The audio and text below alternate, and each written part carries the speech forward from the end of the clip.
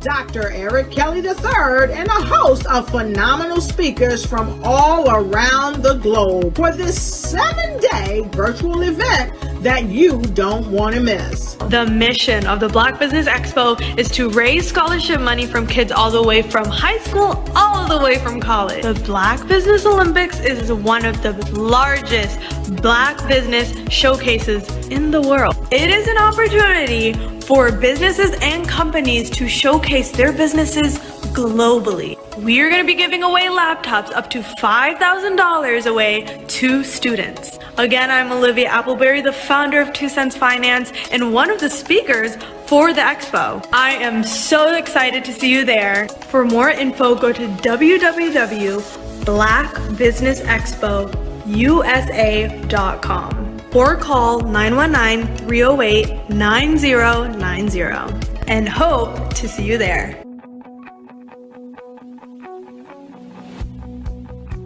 I am Black business. From the moment I wake until the time I sleep. Yes, I am Black business. I am Black business.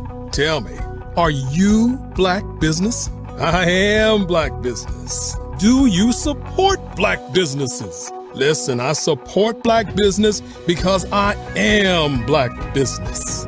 Black Business Expo, one of the largest business showcases in the history of Black business in the world. The world. Sign up today at www.blackbusinessexpousa.com or call 919-308-9090. I am Black business. I am Black business. From the moment I wake until the time I sleep, I am Black business. I am Black business. Are you Black business? I am Black business. Do you support Black businesses? I support Black business because I am Black business. Black Business Expo, one of the largest business showcases in the history of Black America in North Carolina.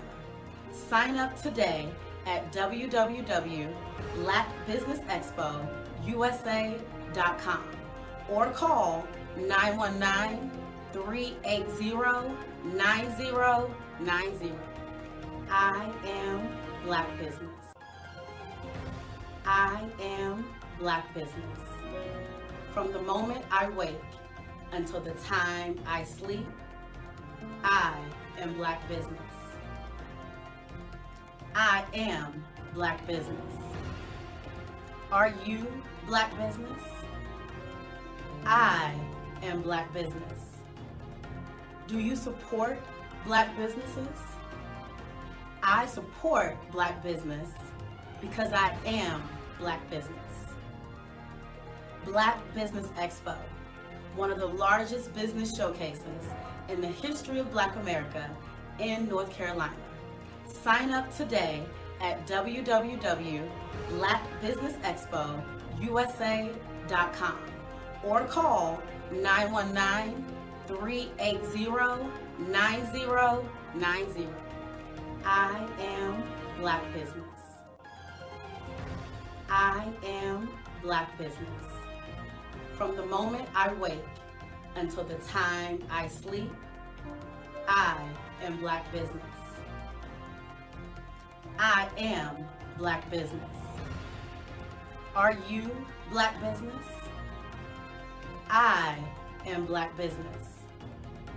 Do you support Black businesses? I support Black business because I am Black business. Black Business Expo, one of the largest business showcases in the history of Black America in North Carolina. Sign up today at www.blackbusinessexpousa.com or call 919-380-9090. I am Black business. I am Black business.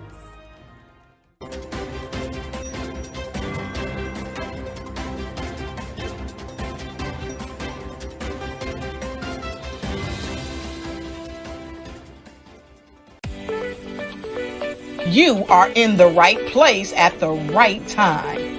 The Black Business Network opens again for its Black Business Olympics, a 24/7 broadcast on business, strategies, global branding, social media marketing, finance, advertisement, and much, much more.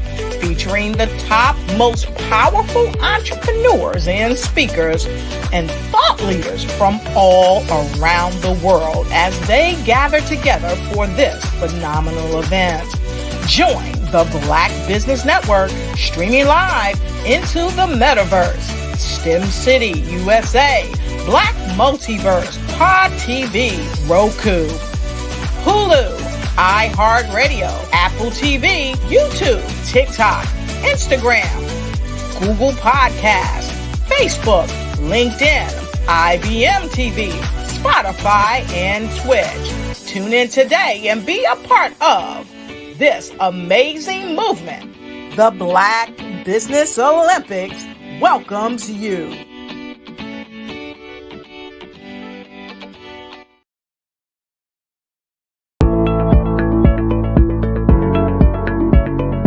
Prepare for what's coming and dominate in economic winter. Stand strong and thrive by showcasing your great products and services globally through the Black Business Network and Black Business Olympics. The Black Business Network has showcased over 2,000 companies with over $7 billion in sales each year. Over 10 million attendees have viewed the rebroadcast each month. Through the Black Business Olympics, unique styles of business training and mentoring are turning students into business owners and entrepreneurial warriors who will dominate in any economy. Gain the ultimate advantage of the Black Business Olympics, 7 days of unbelievable topics and speakers speaking around the globe. Donate your time and experience to provide expertise and scholarships to students worldwide and change the world. Now, more than ever, new insights, tools, strategies, and capabilities are needed. This is your chance for a major presentation to the world. Fill out the form and join the more than 2,000 speakers who have presented to over 200 countries.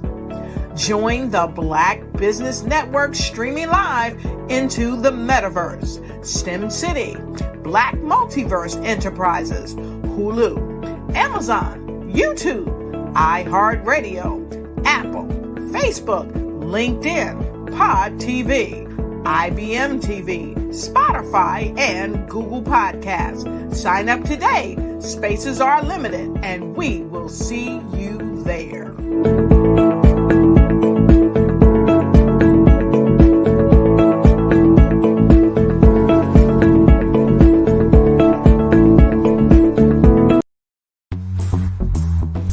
Attention all entrepreneurs and companies. Are you looking for reliable and efficient virtual assistants and back office support to help you manage your business tasks? Look no further than Superwoman Business Services. Our team of virtual assistants provides a full range of administrative support services, including operations management, social media marketing, and much more. We also offer website design services to help you create a professional online presence that reflects your unique brand. In addition to administrative support and website design, we offer business development and structuring services to help you grow your business and achieve your goals. We'll work closely with you to identify areas of improvement and develop a customized plan to help you reach your full potential. At Superwoman Business Services, we understand that running a business can be overwhelming and time-consuming. That's why we're here to help you fly high and achieve success. Our virtual assistants are highly skilled, experienced, and dedicated to providing you with the support you need to thrive. Come fly with us and take your business to new heights. Let us help you become the superhero entrepreneur you are meant to be.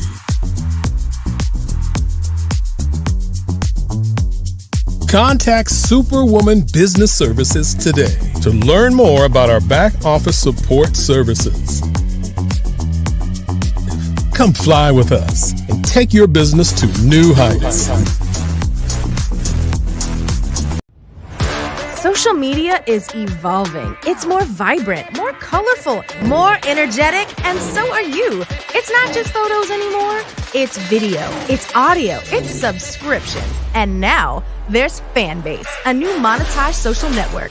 Fanbase delivers the complete native app experience with full content monetization for every user. No algorithms that shadow ban your engagement or growth, and no ads. Follow anyone for free and subscribe directly to your favorite creators for $4.99 a month. Plus, show some love by tipping on any post.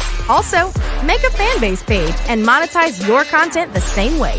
Finally, connect with your followers by posting the amazing content you already create. And now, get paid for it. It's time to energize and monetize. Because everyone's a fan of something, and everyone has a fan base.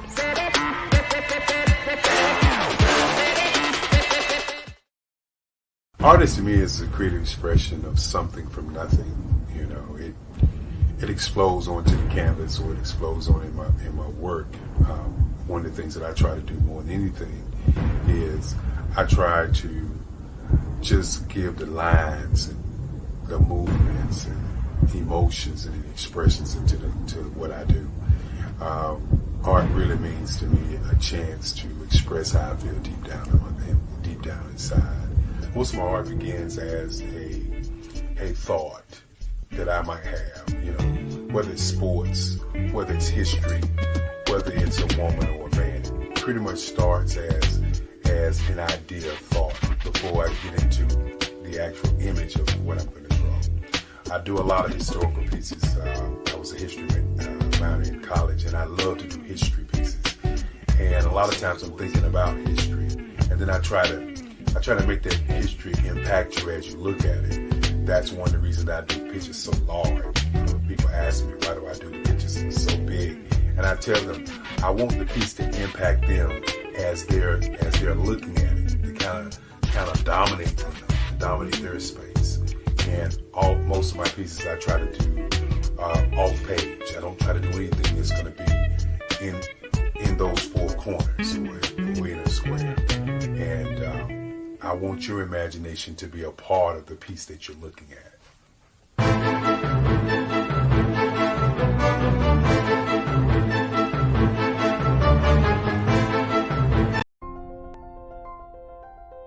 What if you could build your own city? A place where every child can find nurturing people to help them achieve their full potential. A place where every adult can access job training support. Where health education is abundant. Where social justice ruled the land. A place without limitations. Welcome. You have arrived at STEM City, USA. It is what every city should be. A safe and trusted community where you find people and resources to help you become everything you are and beyond. STEM City is unlike anything you have ever experienced. It is a digital twin of the world around you, only better. STEM City is about energy and soul renewal. It is more than a digital world. You can almost feel the power of live cultural events, music, and theater. STEM City promises a better future for children, with caring mentors and hands-on activities, with dedicated tutors to support our youth. STEM City is your passport to a healthy lifestyle, with weekly events addressing our community's many issues. STEM City is your financial well-being, with helpful information on wealth management, career advancement, job training, and so much more. STEM City is the community you deserve. It is the city where your dreams can come true. STEM City USA, a place in the sky that is accessible to all who reach for the stars.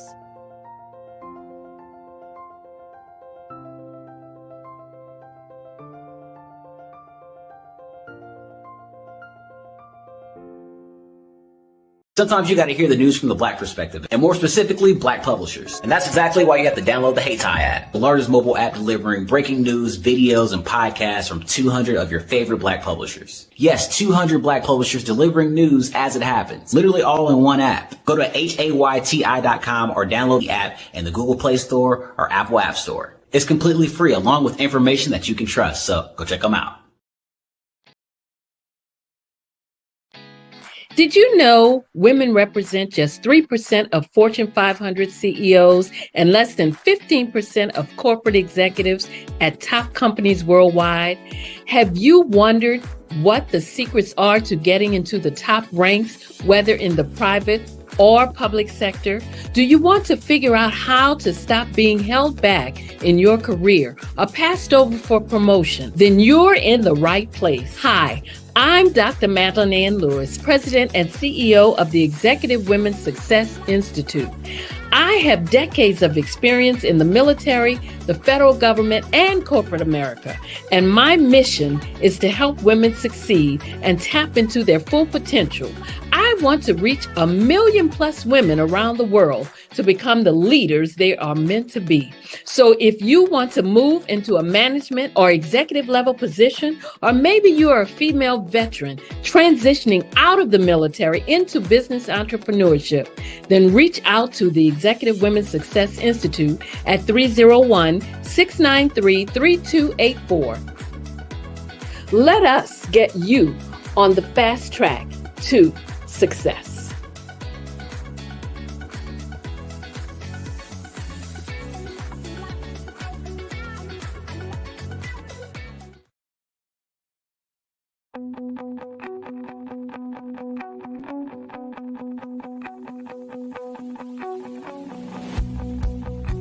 I am Black business. From the moment I wake until the time I sleep. Yes, I am Black business. I am Black business. Tell me, are you Black business? I am Black business. Do you support Black businesses? Listen, I support Black business because I am Black business. Black Business Expo, one of the largest business showcases in the history of Black business in the world. The world! Sign up today at www.blackbusinessexpousa.com or call 919-308-9090. I am Black business.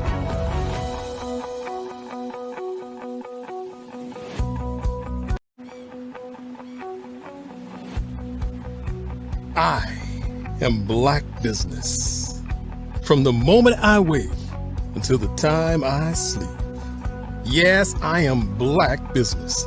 I am Black business. Tell me, are you Black business? I am Black business. Do you support Black businesses? Listen, I support Black business because I am Black business.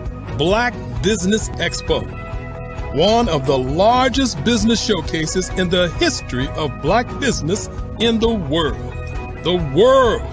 Sign up today at www.blackbusinessexpousa.com blackbusinessexpousa.com or call 919-308-9090. I am Black Business.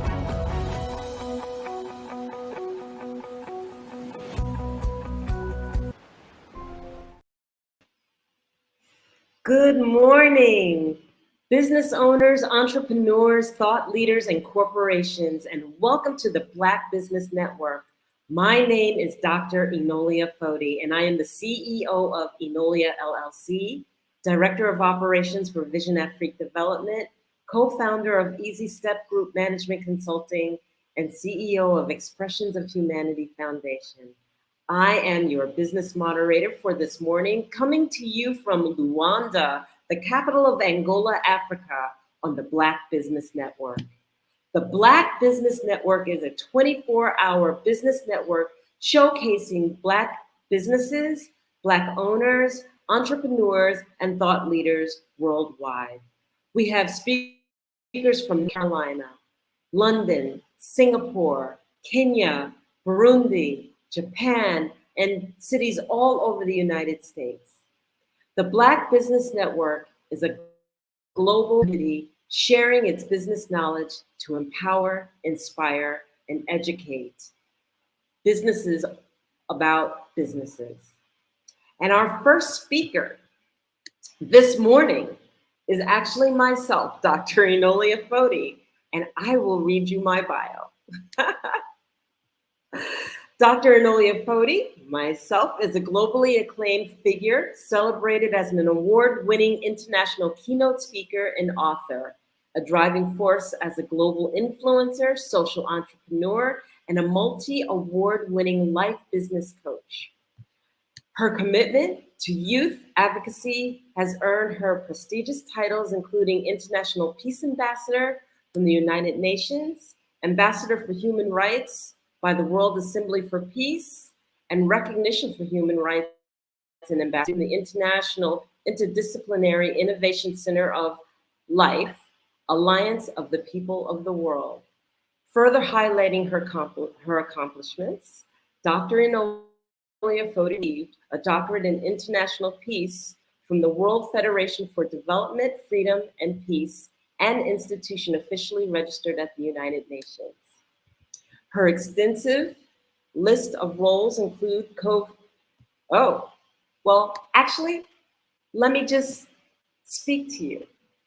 At this time, since I am the next speaker, instead of introducing just a formal me, let's get started. I am so glad to be here. Thank you to all of those who allow Black Business Network to come to fruition and to have people like myself on board. I want to share with you a little bit about myself in terms of not the accolades or not the credits that are given or acknowledged by others, but just my heart, myself, and who I am. My inspiration comes and is drawn from a rich tapestry of indigenous wisdom acquired through the tutelage of elders from the world. And my story affords me to bring forward a couple of different things business-wise. My story affords me to bring a journey in terms of how I was able to create an empowerment program, a program that is allowing us to be able to underwrite and help those who are in leadership, thought leaders, entrepreneurs, build a solid structure and foundation as their podium to stand on. So let me explain further. I'm going to talk to you a little bit about the works of Enolia LLC. I was that person in corporate America that was basically aspiring to climb to the top.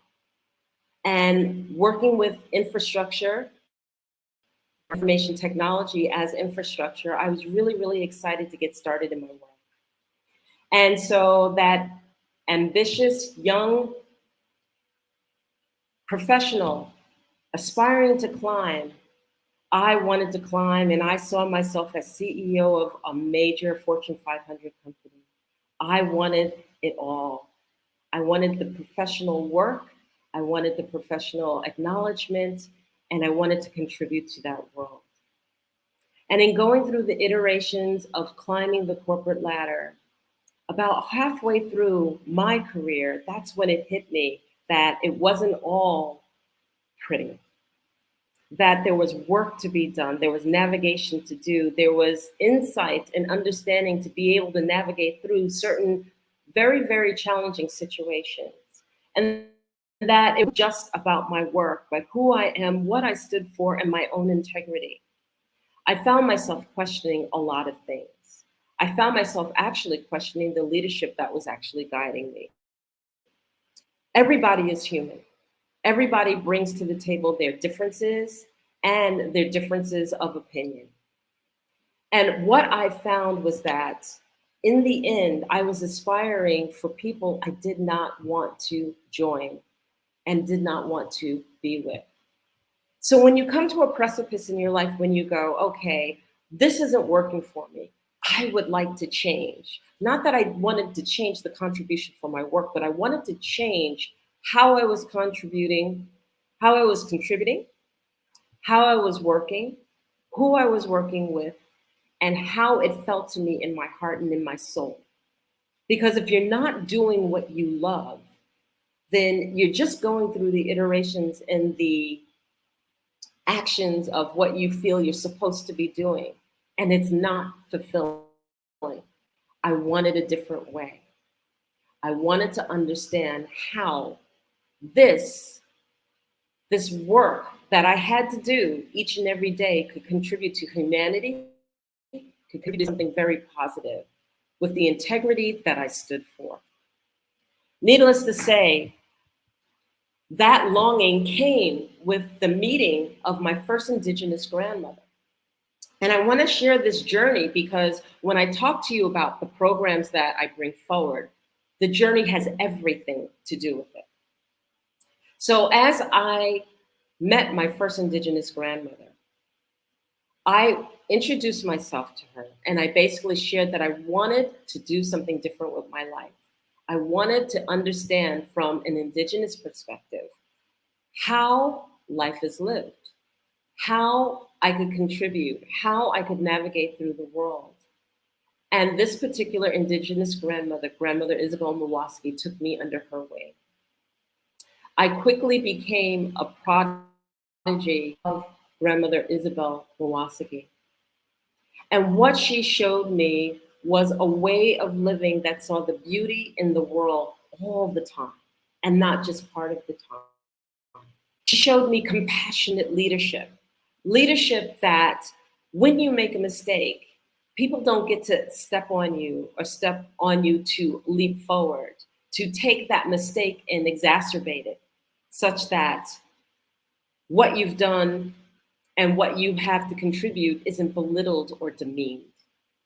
She showed me a way to live in balance with everything that was around me, how to push back the boundaries of fear, how to embrace and understand that there is so much more to life, and that each day that when I wake up, there's something beautiful to be able to envision in this world.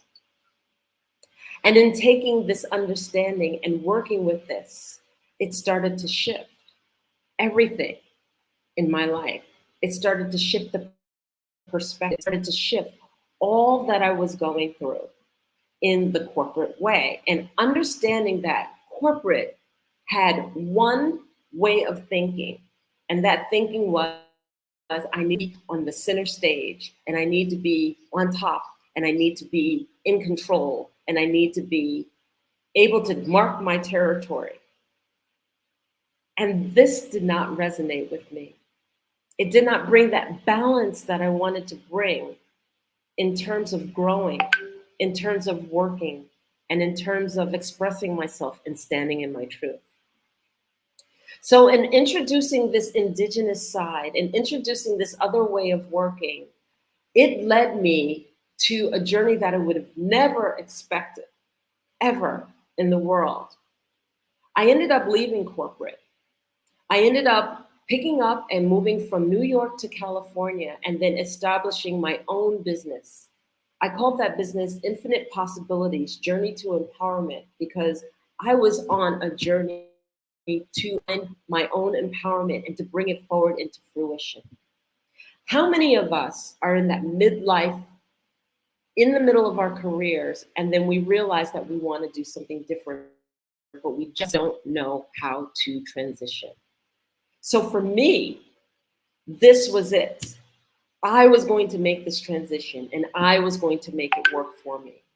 And instead of trying to figure out what I have to do and why it has to be labeled or frameworked a certain way, what I did is I started marking down the attributes of what I liked in life, the characteristics of what I liked in work, and the characteristics I wanted to surround myself with. Notice I said characteristics and I did not say work or the work title. I didn't run around going, I'm going to be X or I'm going to be Y, because those are labels that are given, and it's like fitting a circle into a square peg.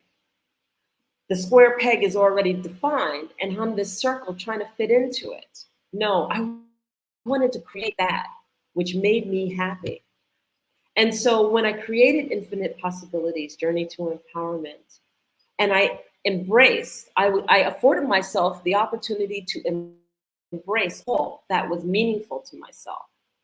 So I knew the loves that I had of interacting with people. I knew the loves that I had in terms of allowing people to grow, to help them navigate through the problems and issues and surroundings that they had, and to understand that we already possess everything that we need in order to grow. And that realization, that piece right there, was the piece that shifted everything for me. We constantly, as individuals, look outside of ourselves to satisfy the things. Including myself, I was looking at first outside saying, okay, I needed to improve myself this way. I needed to improve myself that way. This wasn't enough, that wasn't enough. But when we took that leap of faith, that leap of changing everything in my life, it was when I finally sat down and said, I have everything I need in order to fulfill what it was I was looking for. That the glass was not half empty, the glass was full. And that everything that I needed, I already possessed.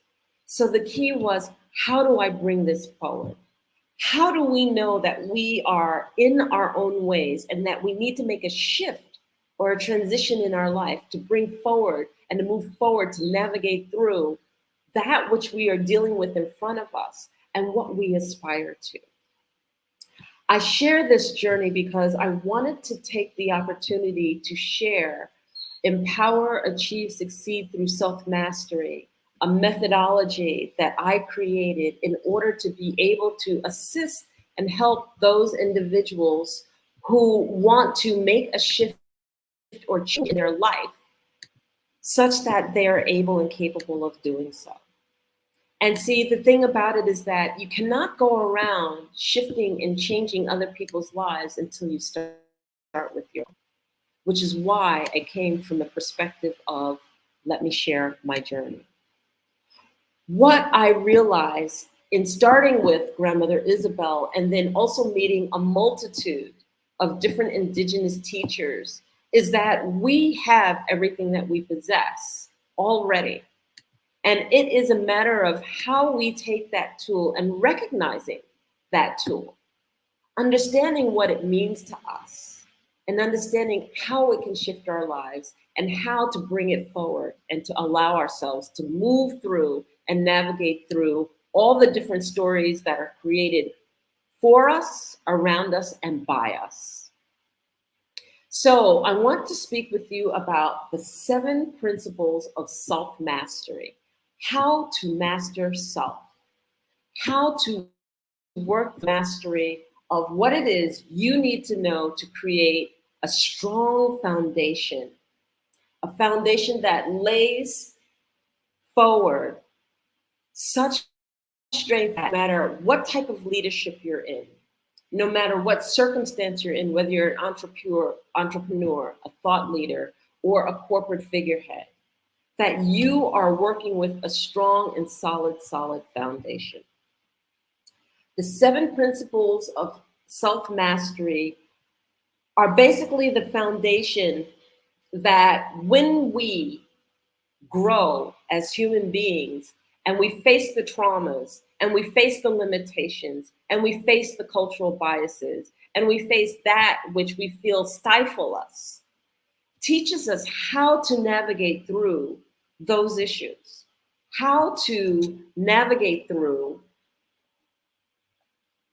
and help you to discover and go inside within to truly understand who you believe you are by observing. Using the 7 principles, you find that you actually find out who you're not. You realize through observing your own mind and your stories and what you tell yourself, how to let go of false identities. Many of us are trying to measure up to what people perceive us to be. And it's not about the perception, it's about standing in our truth. One of the key things is that through observing, you learn to be more conscious of your life because we walk through life unconsciously. It's akin to walking with your shoes on. When your shoes are on, you don't worry about what the ground is. You don't worry about whether you're walking through grass, whether you're walking through asphalt, whether you're walking through rocky terrain. You don't worry about any of that stuff because you have that layer, that thickness beneath your feet that protects it or perceived protects it. And therefore, you walk unconsciously. You don't have to think about your feet, so you're thinking about everything else. But the moment that you take your shoes off, the moment that you allow your foot to actually hit the earth, all of a sudden you're conscious of every step. You're stepping and you're watching every step. You're looking for the pebbles, the things that might hurt your feet. You're looking forward to the things that feel soft and comfortable and that make and bring that happiness to you. Well, life is the same way. A lot of us are walking through life unconsciously. We get up in the morning, we're on autopilot, we do our morning routine, we get in the car, we go to work, we work all day, we come home, we relax in terms of whatever that relaxation perceivably is. And then what do? We go to bed and we start the routine all over again. And then what happens is that even when we're not going in our work routine, how many of us have found ourselves in the car and then on the way to work and realizing, oh my God, today's Saturday, I'm not supposed to be going to work. But we're so much on autopilot that we just move, that we just utterly go to that pattern that we've developed, to that routine that we've embraced, and that we have really no choice but to get to work, go and do what it is that we have to do. So, in understanding that behavior is the unconscious behavior, where we stop seeing the beauty of the day. When we walk outside, we're so focused on getting from the house to the car to the job to the car to eat to go to sleep, that we've forgotten to look around us. We've forgotten to notice. We've forgotten to notice the beautiful breeze of the day, the beauty of the sky, the warmth of the sunlight. We've forgotten what it feels like to breathe in that fresh air and to understand that we've been blessed with another day. And in that day brings the beauty of all the world. And I get to take it in another day for myself. We've forgotten how to let go of the anxieties and the pains of the day and take on the pain and the anxiety like we're wearing clothing and wearing it for the day until we feel like we've passed through it, and allowing that aspect to rule the day. So walking consciously through the world, walking consciously in your own world, is an acknowledgement of understanding that, yes, I'm walking a path, and that there are doors that are opening, and that there are doors that are closing, and that I don't have to react to every single door, and that I don't have to look at the world's eyes or the veil of pain, but that I can lift that veil and I can acknowledge that there is so much more within the world than what is just around or perceived or just understood and encountered because I'm in my daily routine. The 7 principles of self-mastery is understanding all of the things that help us to see our worthiness, to help us understand that the glass is full, that we are enough, that the power of our voice matters, how we speak to the world matters, what we think matters, how we engage what we think matters. So, power of the words is one of the principles, or power of your words is one of the principles. And when we talk about the power of our words, what we have to understand is that when we share and express something, how we say it, the intention behind it, the frequency of which that word is expressed, in anger or in happiness, is meaningful. All parts of it is meaningful. It is important to understand what this meaningfulness actually means to us and how we express ourselves. Have you ever encountered somebody who came in and all they did was say, "Hey, how you doing? So nice to see you. Happy to be here." And you could feel their energy across the room. And how they carried themselves was so expressive that you could feel the energy that they brought. They changed the energy of the room. That their joy, their happiness, how they perceived themselves, how they expressed themselves was so dynamic and was so full and heartfelt that it was like you wanted to say, "Who is that person? I want to know who that is." The power of our words, when encountered, represents who we are. It dictates to us how we move through life.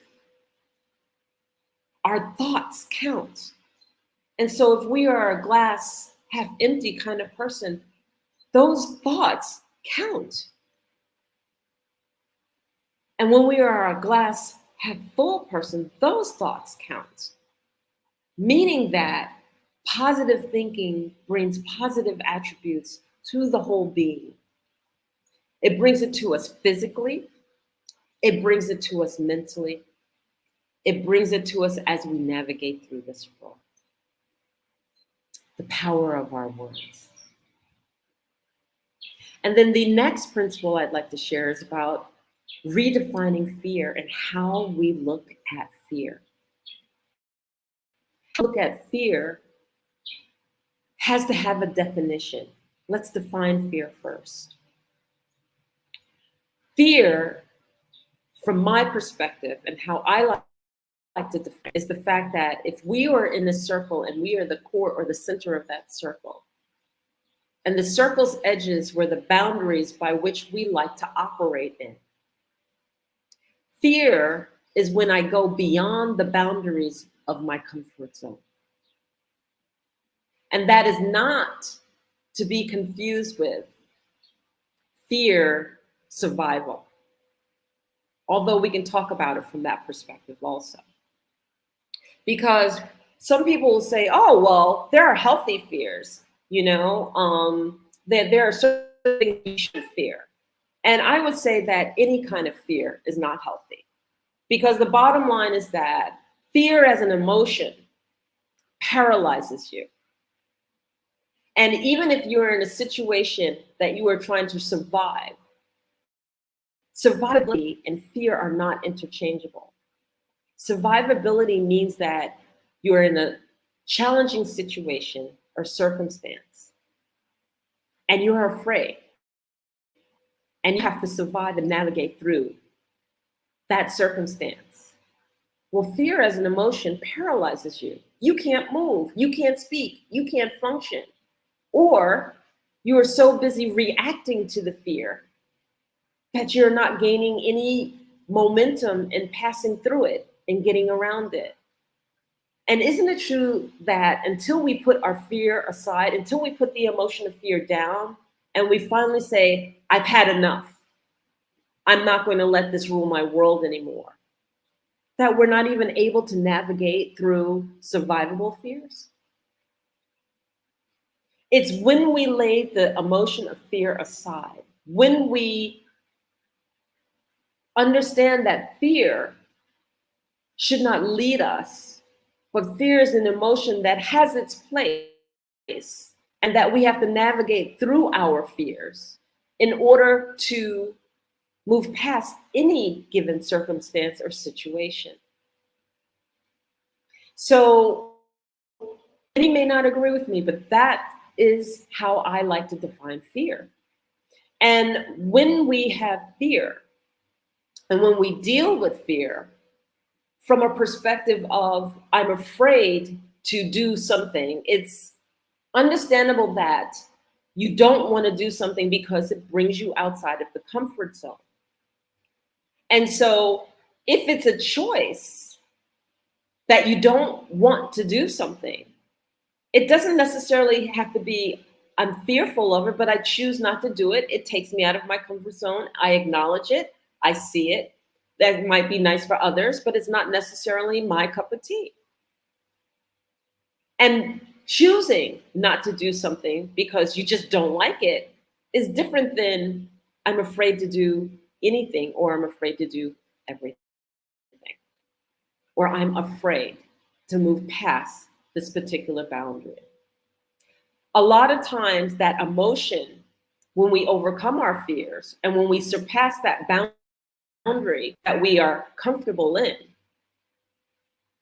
we basically are confronting the emotional sense of fear, saying that I will no longer let that aspect rule when it comes to this particular situation or circumstance. And we confront it. And we push the boundaries outwardly more. And we're able to move past the fears. Or we're able to make that which was uncomfortable, comfortable. We deep dive into fear and what makes you afraid and where the trauma of the fear came from. Because fear is learned. Fear is learned. The next principle I'd like to introduce is that of judgment, and the fact that we can redefine judgment. Judgment is an aspect that we go through. We project it, we receive it, and how we choose to receive it dictates whether we give our way to it or not. You see, everyone has a thought or a process by which they like to say, I like that, I don't like that. I like this, I don't like this. And that's standard for everyone. But when we give away our power is when we take on somebody else's projection of judgment and we make it our truth. And we make it our truth as if it has always been our truth, and you know good and well it wasn't. So if I were to say, I don't like something about you, and you go, oh my goodness, she doesn't like this about me, I have to change it. As soon as you say, I have to change it based on an emotional response, you've already given away your power to me. And if you think about said, throughout a given day, throughout a given week, how often do you give away your power? How often do you allow people's judgments to rule what you do and how you choose to do it throughout a day? What is it within us that wants to fit so bad that we can't stand individually on our own to basically say, you know what, you may feel that way, but that's your opinion. That doesn't necessarily resonate with me. So therefore, I can take it as a data point, thank you very much. But you know what? That's your stuff, not mine. That's your thought. That's your truth, not necessarily representative of mine. Opinions, we can cherish them. Constructive criticism, we can cherish that also. But notice that I said constructive criticism or judgment. Judgment or criticism that we can act on in a positive way to improve our life and to enhance and make something better. But judgment that is critical, that you can't act on, that you can't make a difference about, doesn't serve anyone. And so therefore, you have to look at the vision coming from behind that judgment. Was there an agenda? Was there something that the person might have been jealous about, insecure about, projecting the fact that maybe you're not as good, but in essence, it's not about you. It was really about them in the first place. So when we look at judgment, we have to step back and really understand where it is coming from when the person is projecting it. And then we need to look at how we behave when we receive judgment. When we are receiving judgment, are we reacting all the time? Or, as I stated earlier, are we observing or noticing? And if you're observing, noticing, then you're not reacting to it. And if you're not reacting to it, it's not your stuff. And it's not your stuff, it's just a data point. But how many of us in life, we react to every single thing we hear? And life is nothing but a roller coaster of reactions. We react here, we react there, we react here, we react there. And then we look up and we're emotionally drained from the day. It has just totally drained us because all we've done is we've reacted emotionally throughout the whole day. And if we're reacting, we're not thinking. And if we're not thinking, we're not achieving, we're not growing. Does this sound familiar? Yeah. So that was principle number 3. And then principle number 4. Principle number 4 is limited beliefs. You hear this saying, I need to get out of my own way. I need to get out of my own way comes from the fact that my limited belief prevents me from moving or acting on something that is important to me. Whether that limited belief comes in from our cultural upbringing, whether that limited belief is a projection of judgment, whether that limited belief is one of our own making. And we do make them. And we say, oh, for example, I can't do that. I don't have such and such class. I need to have a class and I need to be taught before I put myself out there and present myself in a certain manner. Let's say an artist or whatever the case may be. And that limited belief is so palpable and so strong that you don't act. One of the things that I've come to learn, especially going through corporate, is that to tell you what you can't do, what you're not capable of doing, what's beyond you, what you're not good enough for, what you have to gain education or gain talent or gain skill set for. They're quick to tell you to go back to school. They're quick to tell you that you're going to be able to find it by paying for this and paying for that and more money of this and more money of spending money for that, versus just basically saying to yourself that life is a series of processes. Every process is accessible. And if you're willing to go through the process of what that learning is, you're able to glean whatever it is you want. And I'll say it again. If you're willing to extend yourself to go through the process of what it is that you want, then you're able to grow, to innovate, to dream, to create whatever it is that you want. Our limited beliefs are basically that which holds us back. And in all honesty, nobody was born on this earth to play small. So why do we? Why do we play small? Why do we use excuses after excuses after excuses of what we can't do, what we're not capable of doing, or haven't figured out to do? Well, I don't know that information. That's too much to figure it out. And I don't really want to go through all of the work to figure it out. So I just guess I can't do it right now. I'll just wait till somebody else can tell me how to do it. We need to be able to motivate and inspire ourselves to put in the work, to do what it takes, and then to lift the limiting belief. We need to be able to trust ourselves and to understand that we bring so much more to the world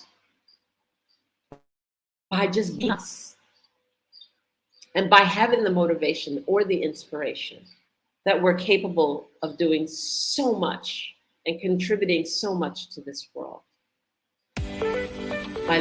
You are in the right place at the right time. The Black Business Network opens again.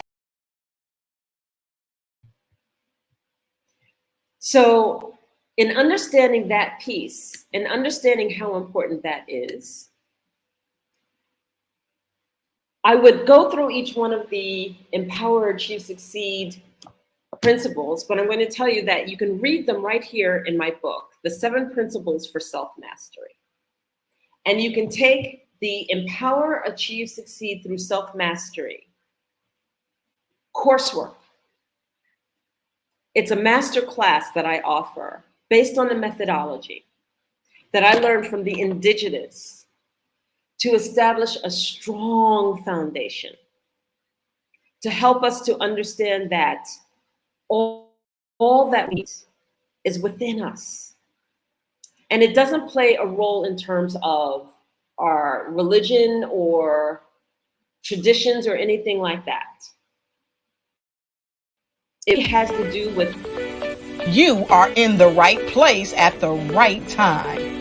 The Black Business Network opens again for its Black Business Olympics, a 24/7 broadcast on business, strategies, global branding, social media marketing, finance, advertisement, and much more. Featuring the top, most powerful entrepreneurs and speakers and thought leaders from all around the world as they gather together for this phenomenal event. Join the Black Business Network streaming live into the metaverse, STEM City, USA, Black Multiverse, Pod TV, Roku, Hulu, iHeartRadio, Apple TV, YouTube, TikTok, Instagram, Google Podcasts, Facebook, LinkedIn, IBM TV, Spotify, and Twitch. Tune in today and be a part of this amazing movement. The Black Business Olympics welcomes you.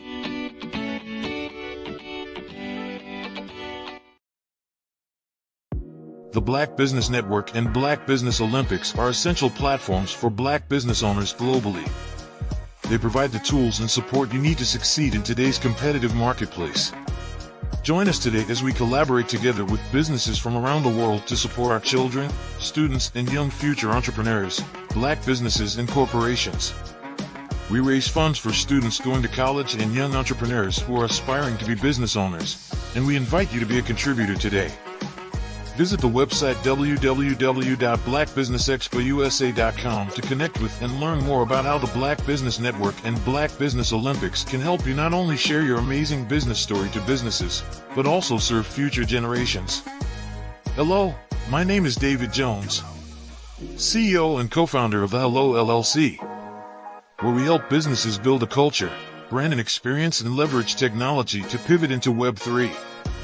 Join the Black Business Network streaming live into Roku, Metaverse, STEM City, Black Multiverse Enterprises, Hulu, YouTube, iHeartRadio, Apple, Facebook, LinkedIn, Spotify, Twitch, and Google Podcasts. Tune in, turn on, and let's thrive.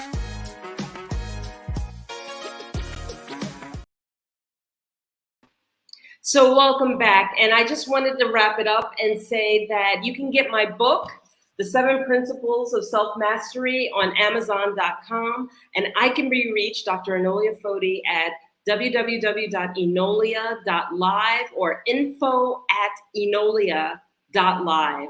And I'll look for you there. So thank you, and genius is coming, and I'll see you on the other side.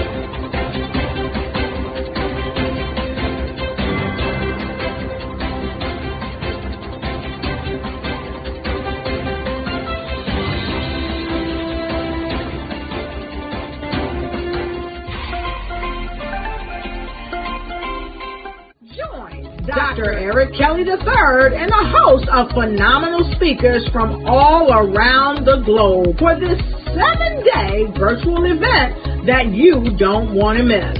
The mission of the Black Business Expo is to raise scholarship money from kids all the way from high school, all the way from college. The Black Business Olympics is one of the largest Black business showcases in the world. It is an opportunity for businesses and companies to showcase their businesses globally. We are going to be giving away laptops up to $5,000 away to students.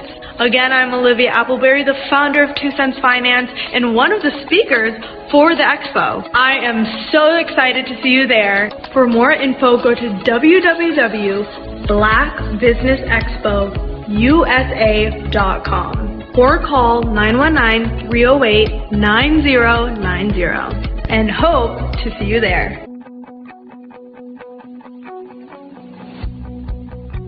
I am Black business. From the moment I wake until the time I sleep. Yes, I am Black business. I am Black business. Tell me, are you Black business? I am Black business. Do you support Black businesses?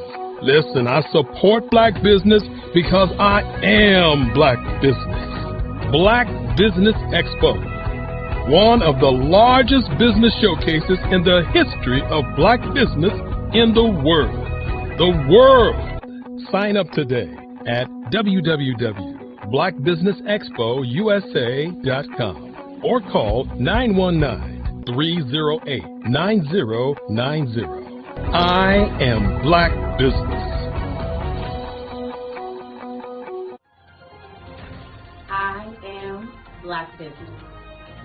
From the moment I wake until the time I sleep, I am Black business.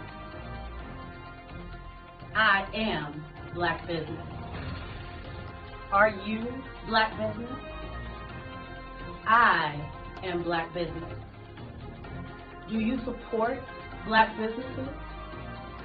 I support Black business because I am Black business. Black Business Expo, one of the largest business showcases in the history of Black America in North Carolina. Join Dr. Eric Kelly III and a host of phenomenal speakers from all around the globe for this 7-day virtual event that you don't want to miss.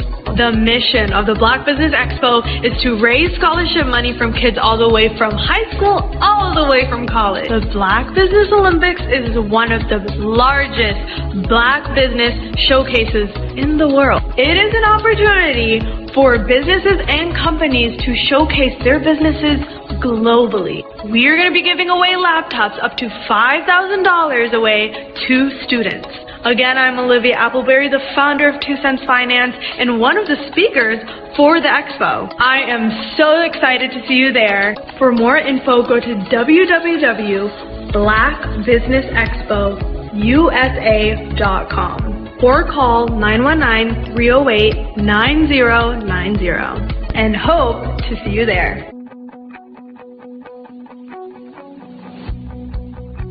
I am Black business. From the moment I wake until the time I sleep. Yes, I am Black business. I am Black business. Tell me, are you Black business? I am Black business. Do you support Black businesses? Listen, I support Black business because I am Black business. Black Business Expo, one of the largest business showcases in the history of Black business in the world.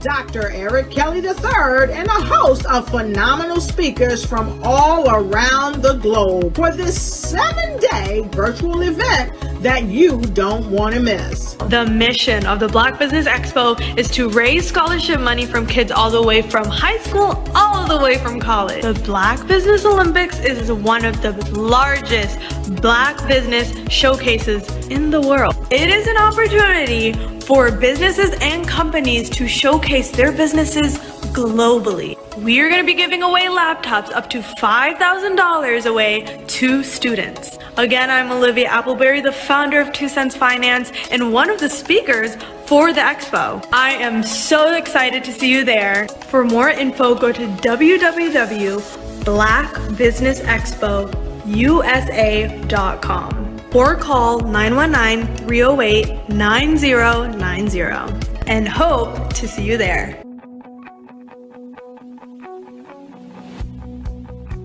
I am Black business.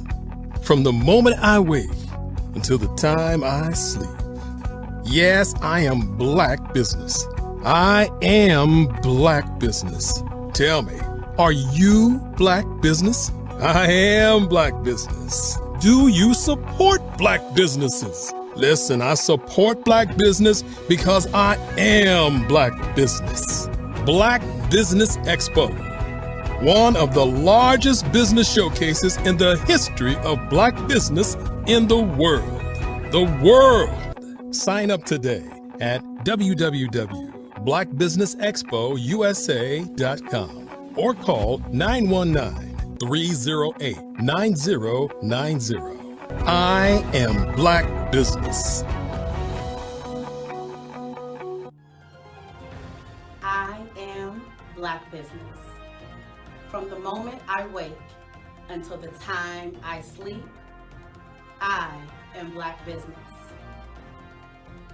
I am Black business. Are you Black business?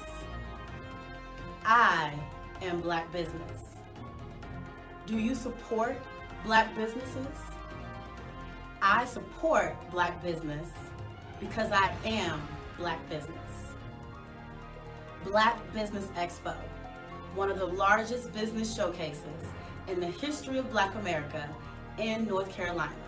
Sign up today at www.blackbusinessexpousa.com or call 919-380-9090. I am Black business. I am Black business. From the moment I wake until the time I sleep, I am Black business. I am Black business. Are you Black business? I am Black business. Do you support Black businesses? I support Black business because I am Black business. Black Business Expo, one of the largest business showcases in the history of Black America in North Carolina. Sign up today at www.blackbusinessexpousa.com or call 919-380-9090. I am Black business. I am Black business. From the moment I wake until the time I sleep, I am Black business. I am Black business. Are you Black business? I am Black business. Do you support Black businesses? I support Black business because I am Black business. Black Business Expo, one of the largest business showcases in the history of Black America in North Carolina. Sign up today at www.blackbusinessexpousa.com or call 919-380-9090. I am Black business. I am Black business.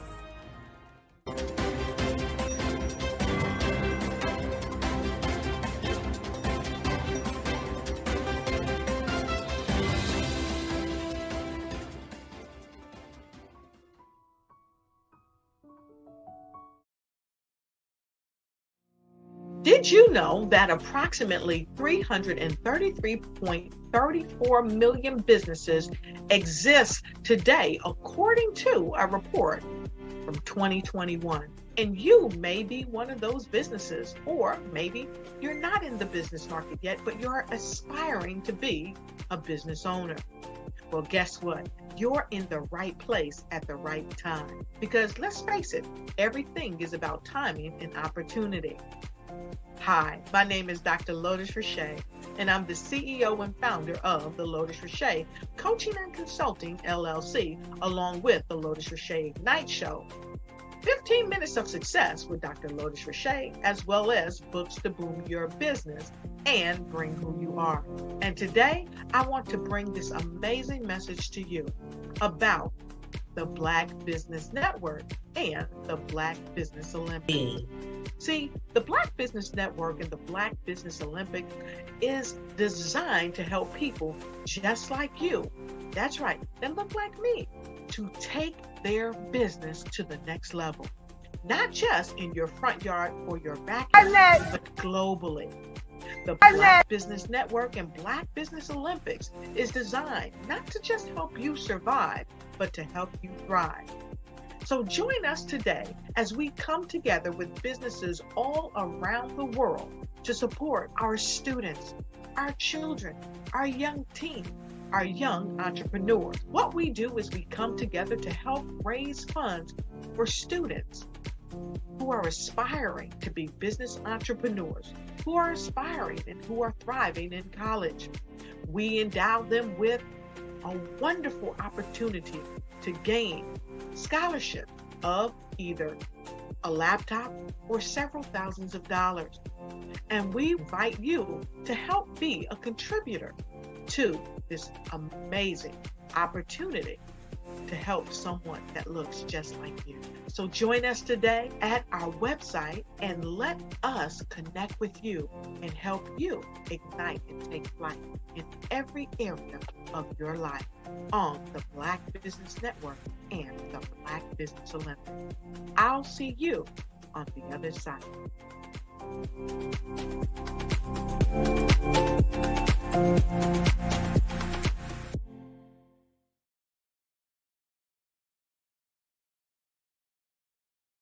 Diners, and then everybody says, "Oh, this is my sixth year." And "Oh, this is my fourth year." Shout out to New York. We're in New York in like 7 hours. Oh my gosh, yes, we have a 6:58 flight. So we gotta go home. We gotta go. We gotta go. Let me tell you something. Every single person that's come through the store has spoke so highly of you, and what a great event this is. Yes. I'm representing DJ Darryl, who is a platinum producer. He did the hit track for Tupac Shakur, Keep Your Head Up, Snoop Dogg, Keisha Cole.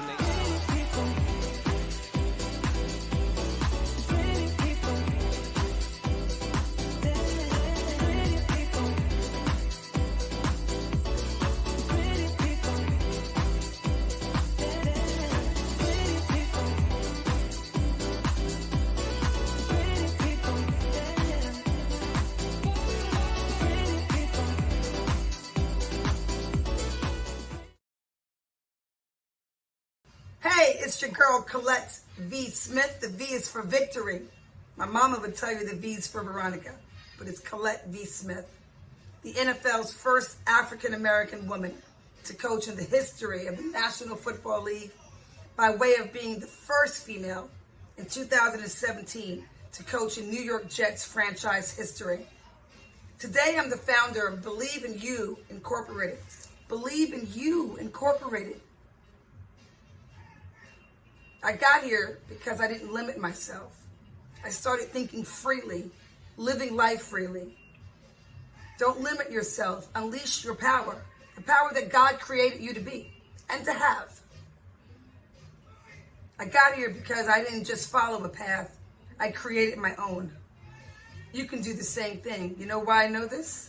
Because genius is common.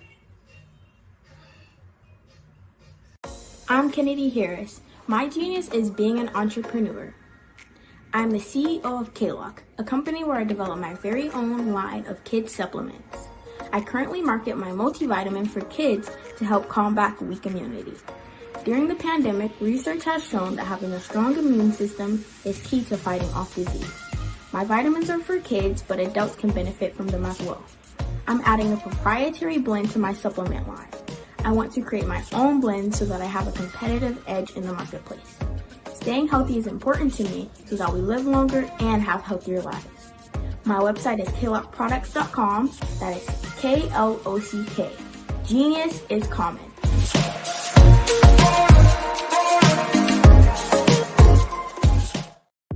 The Black Business Network and Black Business Olympics are essential platforms for Black business owners globally. They provide the tools and support you need to succeed in today's competitive marketplace. Join us today as we collaborate together with businesses from around the world to support our children, students, and young future entrepreneurs, Black businesses and corporations. We raise funds for students going to college and young entrepreneurs who are aspiring to be business owners, and we invite you to be a contributor today. Visit the website www.blackbusinessexpousa.com to connect with and learn more about how the Black Business Network and Black Business Olympics can help you not only share your amazing business story to businesses, but also serve future generations. Hello, my name is David Jones, CEO and co-founder of the Hello LLC, where we help businesses build a culture, brand and experience and leverage technology to pivot into Web3. Join the Black Business Network streaming live into Roku, Metaverse, STEM City, Black Multiverse Enterprises, Hulu, YouTube, iHeartRadio, Apple, Facebook, LinkedIn, Spotify, Twitch, and Google Podcasts. Tune in, turn on, and let's thrive.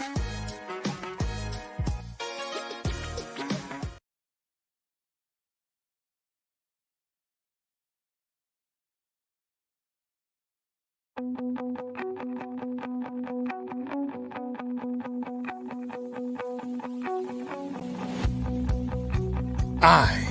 am Black business. From the moment I wake until the time I sleep. Yes, I am Black business. I am Black business. Tell me, are you Black business? I am Black business. Do you support Black businesses? Listen, I support Black business because I am Black business. Black Business Expo, one of the largest business showcases in the history of Black business in the world. The world! Sign up today at www.blackbusinessexpousa.com or call 919-308-9090. I am Black business.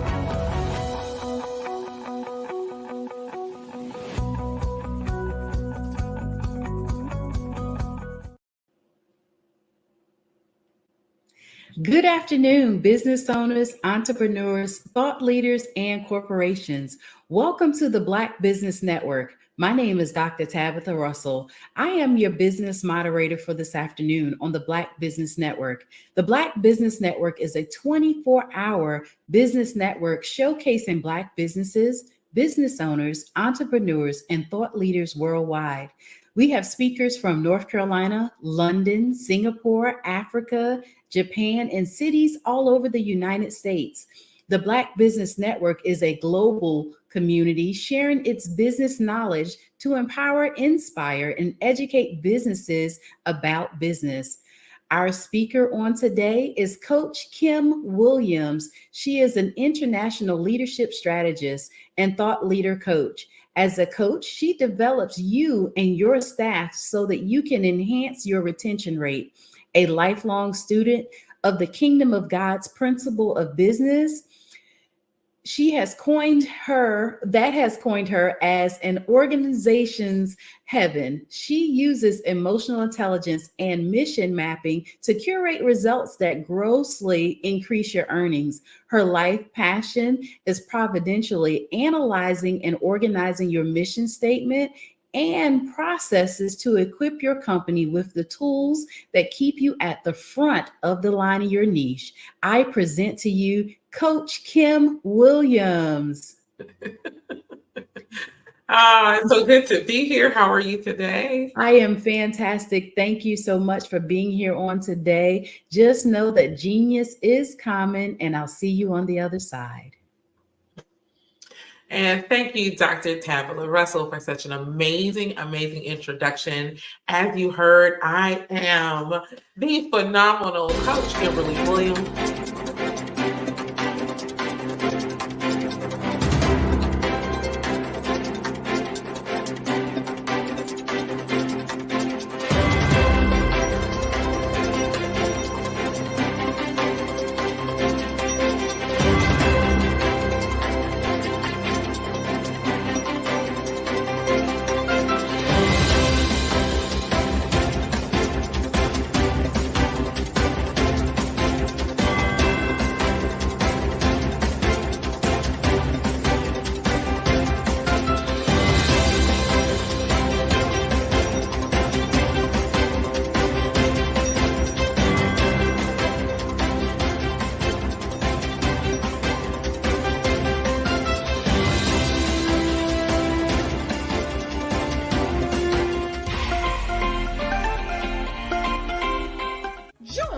Dr. Eric Kelly III and a host of phenomenal speakers from all around the globe for this 7-day virtual event that you don't want to miss. The mission of the Black Business Expo is to raise scholarship money from kids all the way from high school, all the way from college. The Black Business Olympics is one of the largest Black business showcases in the world. It is an opportunity for businesses and companies to showcase their businesses globally. We are going to be giving away laptops up to $5,000 away to students. Again, I'm Olivia Appleberry, the founder of 2 Cents Finance and one of the speakers for the expo. I am so excited to see you there. For more info, go to www.blackbusinessexpousa.com or call 919-308-9090 and hope to see you there. I am Black business. From the moment I wake until the time I sleep. Yes, I am Black business. I am Black business. Tell me, are you Black business? I am Black business. Do you support Black businesses? Listen, I support Black business because I am Black business. Black Business Expo, one of the largest business showcases in the history of Black business in the world. The world! Sign up today at www.blackbusinessexpousa.com or call 919-308-9090. I am Black business. I am Black business. From the moment I wake until the time I sleep, I am Black business. I am Black business. Are you Black business? I am Black business. Do you support Black businesses? I support Black business because I am Black business. Black Business Expo, one of the largest business showcases in the history of Black America in North Carolina. Sign up today at www.blackbusinessexpousa.com or call 919-380-9090. I am Black business. I am Black business. From the moment I wake until the time I sleep, I am Black business. I am Black business. Are you Black business? I am Black business. Do you support Black businesses? I support Black business because I am Black business. Black Business Expo, one of the largest business showcases in the history of Black America in North Carolina. Sign up today at www.blackbusinessexpousa.com or call 919-380-9090. I am Black business. I am Black business. From the moment I wake until the time I sleep, I am Black business. I am Black business. Are you Black business? I am Black business. Do you support Black businesses? I support Black business because I am Black business. Black Business Expo, one of the largest business showcases in the history of Black America in North Carolina. Sign up today at www.blackbusinessexpousa.com or call 919-380-9090. I am Black business. I am Black business.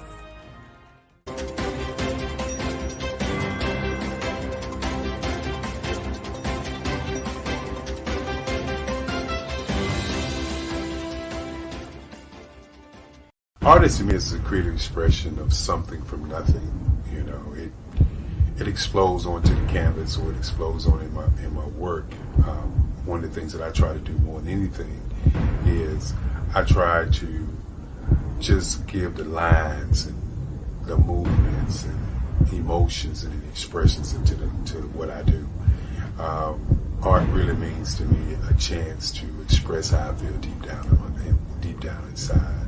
Most of my art begins as a thought that I might have, you know, whether it's sports, whether it's history, whether it's a woman or a man. It pretty much starts as an idea of thought before I get into the actual image of what I'm going to draw. I do a lot of historical pieces. I was a history minor in college, and I love to do history pieces. And a lot of times I'm thinking about history, and then I try to make that history impact you as you look at it. That's one of the reasons I do pictures so large. People ask me, why do I do pictures so big? And I tell them, I want the piece to impact them as they're looking at it. To kind of dominate them, dominate their space. And most of my pieces I try to do off page. I don't try to do anything that's going to be in those four corners or in a square. And I want your imagination to be a part of the piece that you're looking at.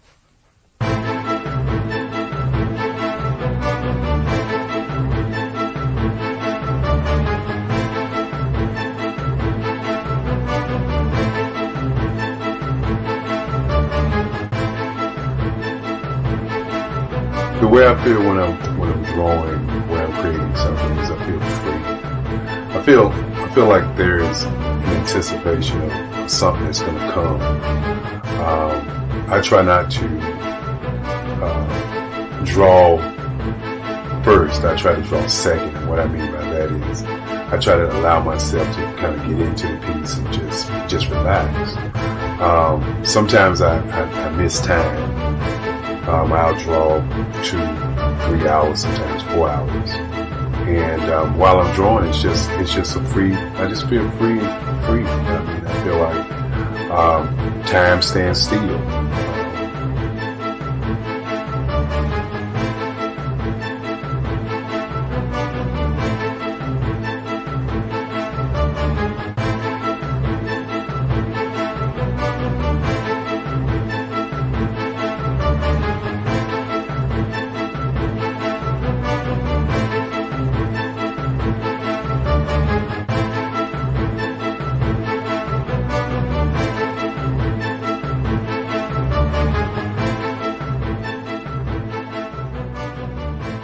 That's what it's all about in terms of the lines and the colors of my work, is to get an expression, to go deeper and past just what you see on the surface, but to go and try to find an expression that everybody gets a different taste of what that expression is, whether it's anger or whether it's being happy or whether it's being, kind of calm or nonchalant.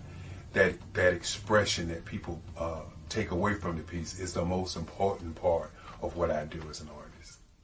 Bold is the size of my pieces, where I try to do the piece larger than life, to kind of push forward toward you. That's what the boldness is all about. It's not so much about the lines, it's about the size.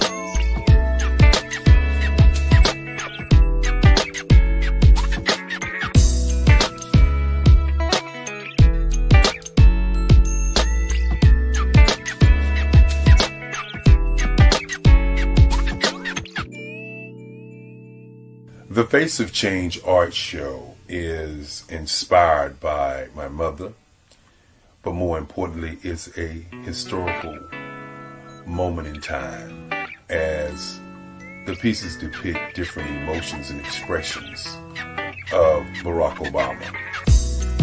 The 44th president is indicative of the 44 pieces of art that I have done in this particular collection.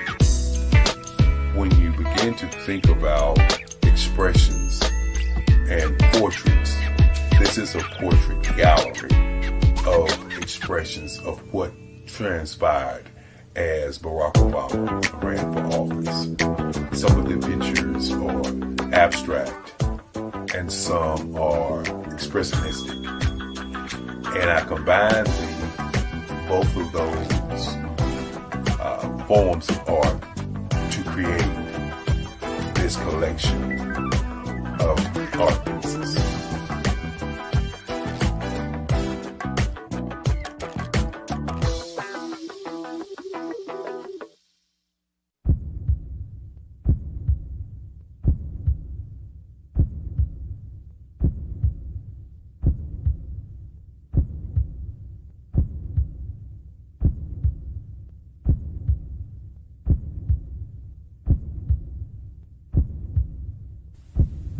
overcomer,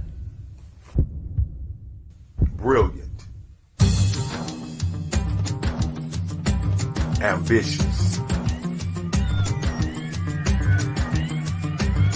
motivated, awesome, Obama.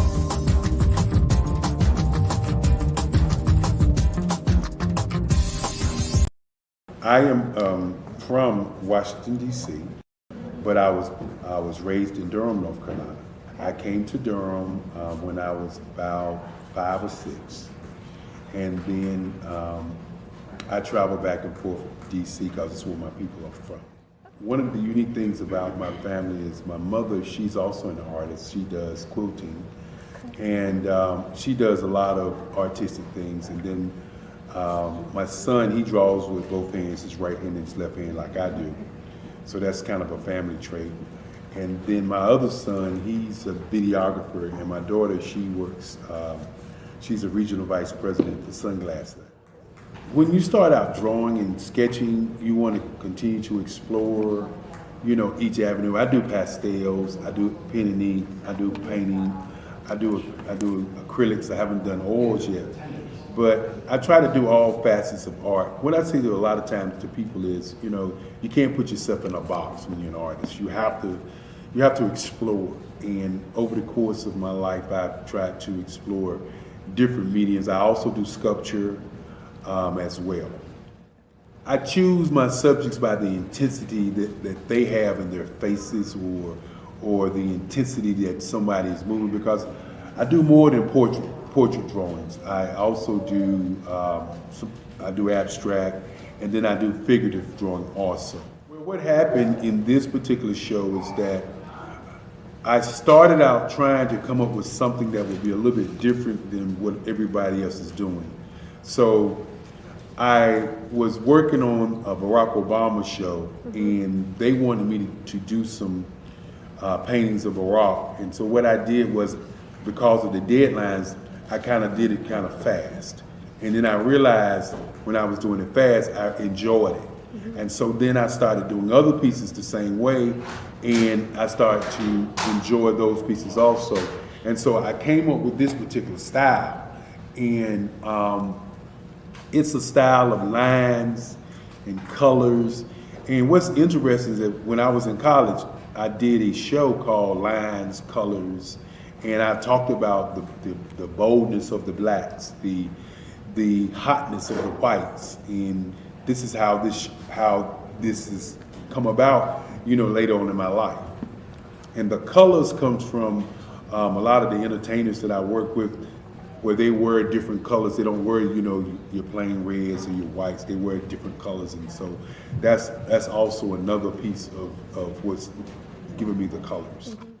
The subtitle of this show is Faces That Speak Life. That's real critical.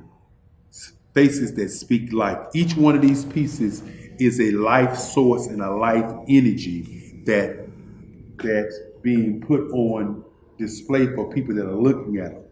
You know, I always say in terms of my art, it's not important that I draw them. It's important what you get out of what I draw. You know, I don't try to just draw it because you like it. People wanted me to do prints. I didn't do prints. You know, people asked me to do different people, but the people that I choose are people that make a difference in the lives of people in the world. So the human landscape idea was, again, as I say, the lines represent your emotions, it represents your ideas, and it represents your journey as a human being. And that's why you get the different pieces and the different looks. And as you notice, I try not to do one look that looks alike another look. And that's what's the most important part of this show. Art to me is a creative expression of something from nothing. You know, it explodes onto the canvas, or it explodes on in my work. One of the things that I try to do more than anything is I try to just give the lines and the movements and emotions and expressions into what I do. Art really means to me a chance to express how I feel deep down inside. most of my art begins as a thought that I might have, you know, whether it's sports, whether it's history, whether it's a woman or a man. It pretty much starts as an idea of thought before I get into the actual image of what I'm going to draw. I do a lot of historical pieces. I was a history minor in college, and I love to do history pieces. And a lot of times I'm thinking about history, and then I try to make that history impact you as you look at it. That's one of the reasons I do pictures so large. People ask me, why do I do the pictures so big? And I tell them, I want the piece to impact them as they're looking at it, to kind of dominate them, dominate their space. And most of my pieces I try to do off page. I don't try to do anything that's going to be in those four corners or in a square. And I want your imagination to be a part of the piece that you're looking at.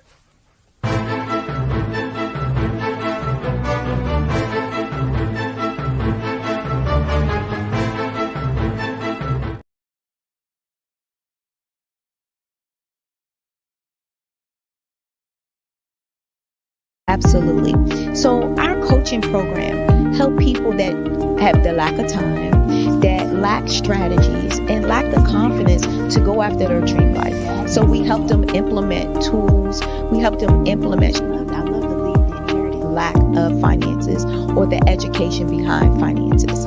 But it wasn't until I lost my firstborn, my only son, that life changed for me. And where I was going after it all, living the corporate life, hit my 6-figure income, and living in my dream house with my dream man, driving my dream car. Wow. I nearly lost it all when I lost my son. And so I realized it only takes one financial catastrophe that can change your entire life. That's what made me start All New Beginnings. Because no matter what's going on in life, there's a new beginning. And because of that, we develop a program called Wise Minded. My little slogan is, don't just dream it, let's live it. If they want to connect with you or work with you, what is the best ways for them to be able to do that?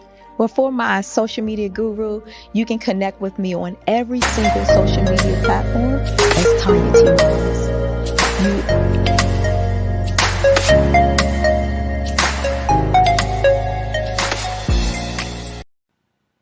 Hello, my name is Kiasi Helm and I'm 14 years old. I think my genius would probably have to be setting goals and achieving them. I say this because ever since I was young, I always wanted to be an author, and at age 11, I ended up achieving this. But not only did I end up becoming an author, I ended up becoming a public speaker, a publisher, a business owner, all these great things. The name of my business is Written by Kids Publishing Company. I decided to start this company because I thought it was important for me to help kids my age express themselves through literacy and just achieve their own goals. Because to me, achieving goals is the best thing in the world to feel. It's you just achieving things and aspirations that you set for yourself. And I know that everybody is capable of this, because even if you don't end up achieving the goal, you still tried your best, and that's the most important thing. And everybody is capable of this because genius is common. Thank you.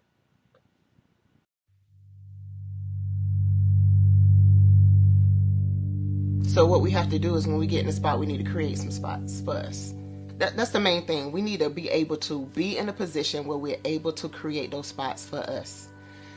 For me, being an entrepreneur, I'm not just going to get a business and then leave you sitting high and dry. If you ask me some questions about entrepreneurship, I'm going to give you as much as I've received.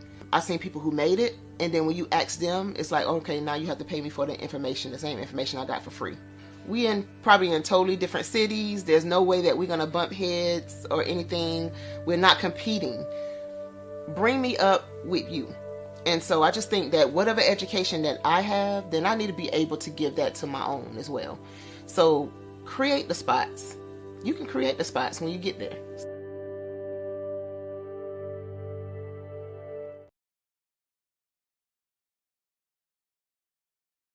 Hey guys, my name is Caden. I'm the CEO of Caden Teaches, and my genius is teaching kids about financial literacy.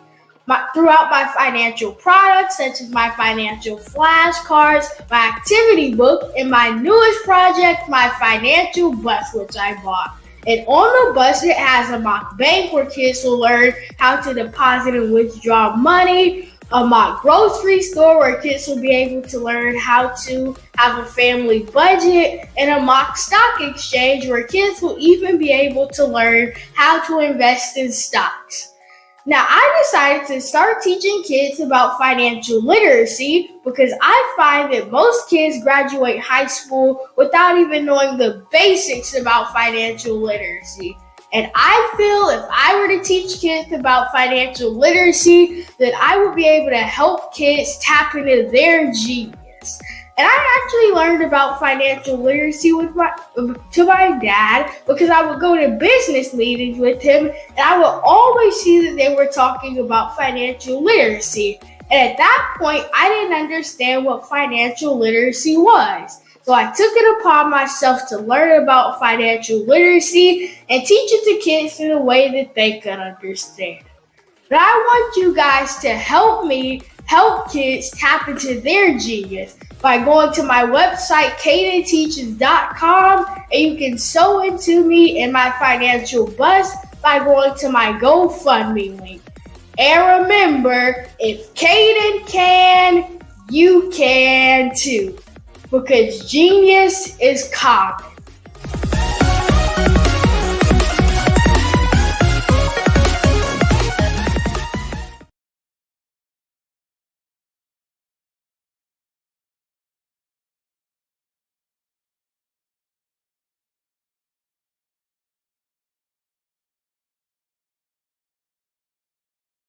Sometimes you gotta hear the news from the Black perspective, and more specifically, Black publishers. And that's exactly why you have to download the Hey Tie app, the largest mobile app delivering breaking news, videos, and podcasts from 200 of your favorite Black publishers. Yes, 200 Black publishers delivering news as it happens, literally all in one app. Go to HAYTI.com or download the app in the Google Play Store or Apple App Store. It's completely free, along with information that you can trust, so go check them out. Hey everyone, it's Grant McGaw, CEO of 5-Star BDM and host of the award-winning Follow the Brand podcast and TV series, where I help you to build a 5-star brand that people will follow. My genius is personal brand development through intelligent communication and helping you achieve your business and career goals. I am a requested speaker on digital technology and brand development issues. I want to work with you to increase the value of your current opportunities while attracting new ones. Every one of you is unique, and we all share challenges that can be addressed through smart branding. As a super connector, I work with you as an executive coach to guide you along the complicated business and career development road, providing the enhancement tools and information you need to succeed. Together, I will help you succeed in today's challenging business climate. I will evaluate and measure your progress. Best of all, I am right alongside you every step of the way. Build the brand called you. Genius is common.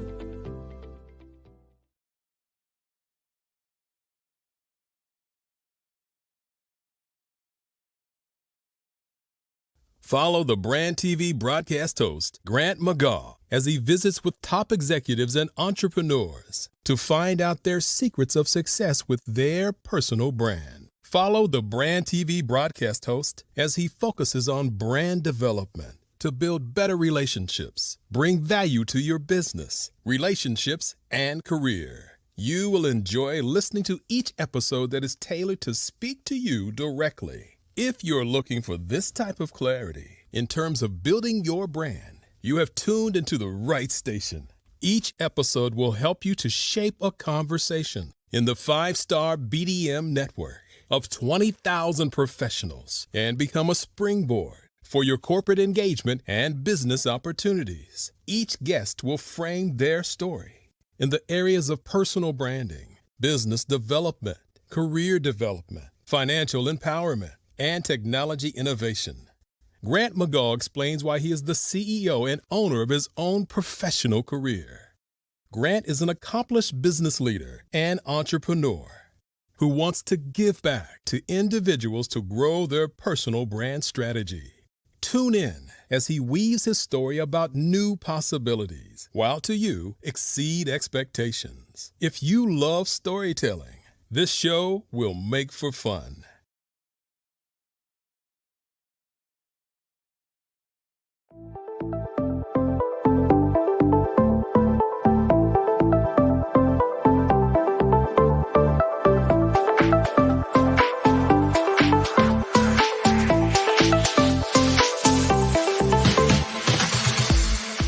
You need to be messaging and communicating to a lot more folks and getting them committed to you as a brand and feeling that you are trustworthy, as a subject matter expert, and for their needs and their pain points. That says, look, here are my pain points. Here's the problem that I have that I don't want, or the benefit that I want that I don't have.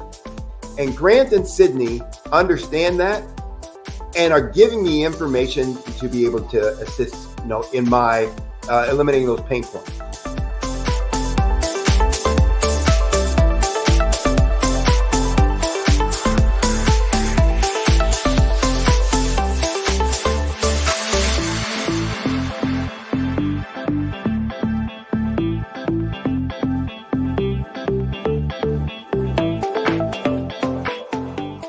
You're going to get a lot out of this workshop. We're going to show you ways that you can begin to look at this particular problem, that you can apply different formulas, techniques, and skills. They're going to get you to that next level. And then you'll understand the value that we're bringing.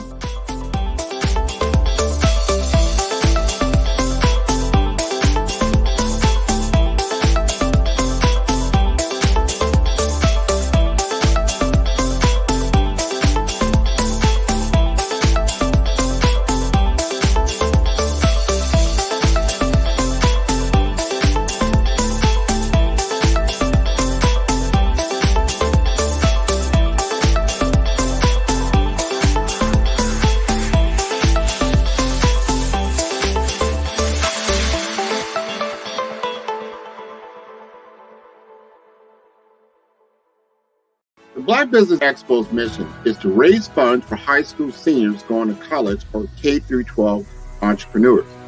This expo is a fundraiser for students. Please, you may go to www.blackbusinessexpousa.com to donate to the scholarship fund or use the Cash App at $BBXUSA. Our goal is to give laptops and up to $5,000 to 10 students.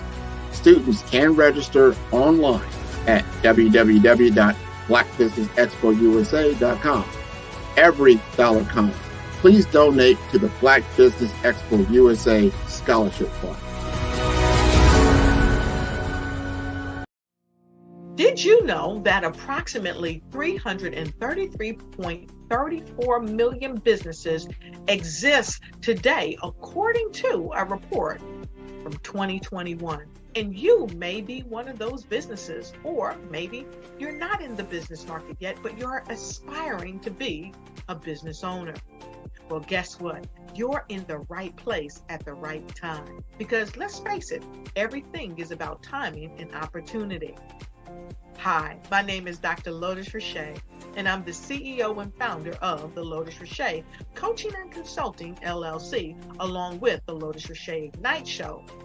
15 minutes of success with Dr. Lotus Richey, as well as books to boom your business and bring who you are. And today, I want to bring this amazing message to you about the Black Business Network and the Black Business Olympics.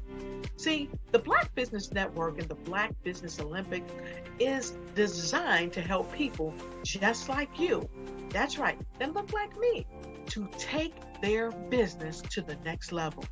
Not just in your front yard or your backyard, but globally. The Black Business Network and Black Business Olympics is designed not to just help you survive, but to help you thrive. So join us today as we come together with businesses all around the world to support our students, our children, our young teens, our young entrepreneurs. What we do is we come together to help raise funds for students who are aspiring to be business entrepreneurs, who are aspiring and who are thriving in college. We endow them with a wonderful opportunity to gain scholarship of either a laptop or several thousands of dollars. And we invite you to help be a contributor to this amazing opportunity to help someone that looks just like you. So join us today at our website and let us connect with you and help you ignite and take flight in every area of your life on the Black Business Network and the Black Business Olympics. I'll see you on the other side.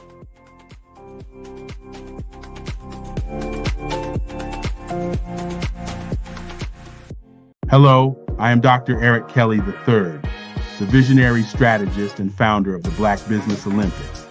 I invite you to showcase your Black-owned businesses on the Black Business Network global stage. The Black Business Olympics is a global Black Business Network platform that propels Black-owned businesses into the international spotlight. By showcasing your business on the Black Business Olympics platform, you can reach a worldwide audience of potential customers, partners, and investors. You can also establish yourself as a thought leader and expert in your field, attract lucrative partnerships, and more speaking engagements. In addition, the Black Business Olympics platform provides a valuable opportunity to connect and collaborate with like-minded entrepreneurs and business professionals from around the world. This can lead to new business opportunities, ideas, and relationships.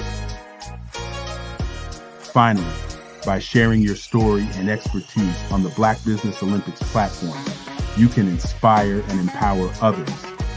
This is a powerful way to make a positive impact on the world and leave a lasting legacy. If you are a Black-owned business owner, I encourage you to seize the opportunity to showcase your business on the Black Business Olympics platform. It is a once-in-a-lifetime opportunity to make an indelible mark on the world. Be one of the 1,000 visionary entrepreneurs who are changing students' lives, shaping industries, and leaving an unforgettable legacy for their families. Unleash your voice on our global stage and watch your business thrive. Black Business Olympics is one of the largest Black business showcases in the history of Black business in the world. Yes, the entire world. Just give me a call today at 919-308-9090.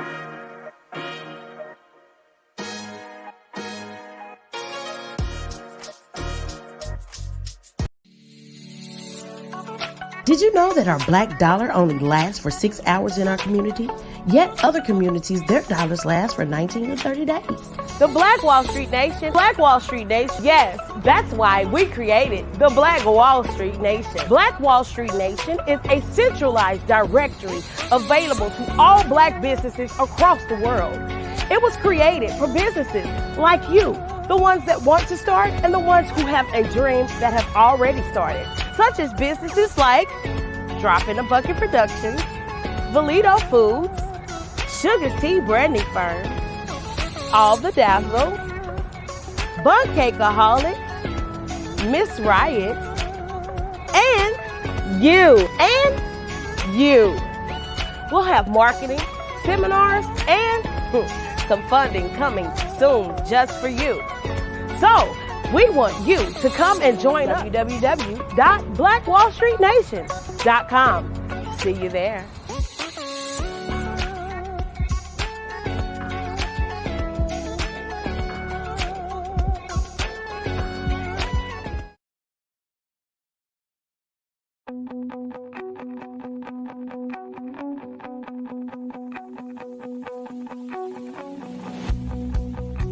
I am Black business. From the moment I wake until the time I sleep. Yes, I am black business. I am black business. Tell me, are you black business? I am black business. Do you support black businesses? Listen, I support black business because I am black business. Black Business Expo, one of the largest business showcases in the history of black business in the world. The world! Sign up today at www.blackbusinessexpousa.com or call 919-308-9090. I am black business.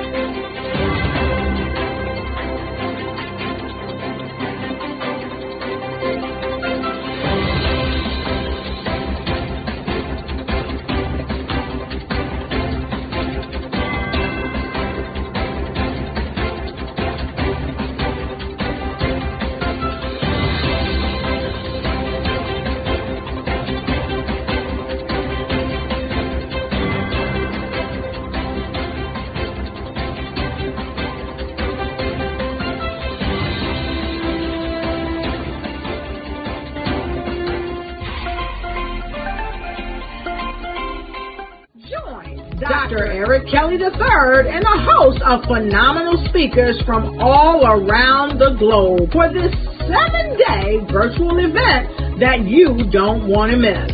The mission of the Black Business Expo is to raise scholarship money from kids all the way from high school all the way from college. The Black Business Olympics is one of the largest black business showcases in the world. It is an opportunity for businesses and companies to showcase their businesses globally. We are going to be giving away laptops up to $5,000 away to students.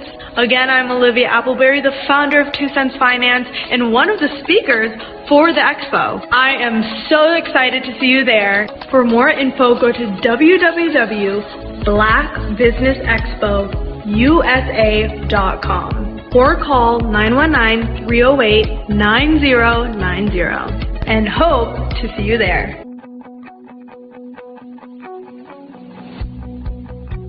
I am black business. From the moment I wake until the time I sleep. Yes, I am black business. I am black business. Tell me, are you black business? I am black business. Do you support black businesses? Listen, I support black business because I am black business. Black Business Expo, one of the largest business showcases in the history of black business in the world. The world! Sign up today at www.blackbusinessexpousa.com or call 919-308-9090. I am black business. I am black business. From the moment I wake until the time I sleep, I am black business. I am black business. Are you black business? I am black business.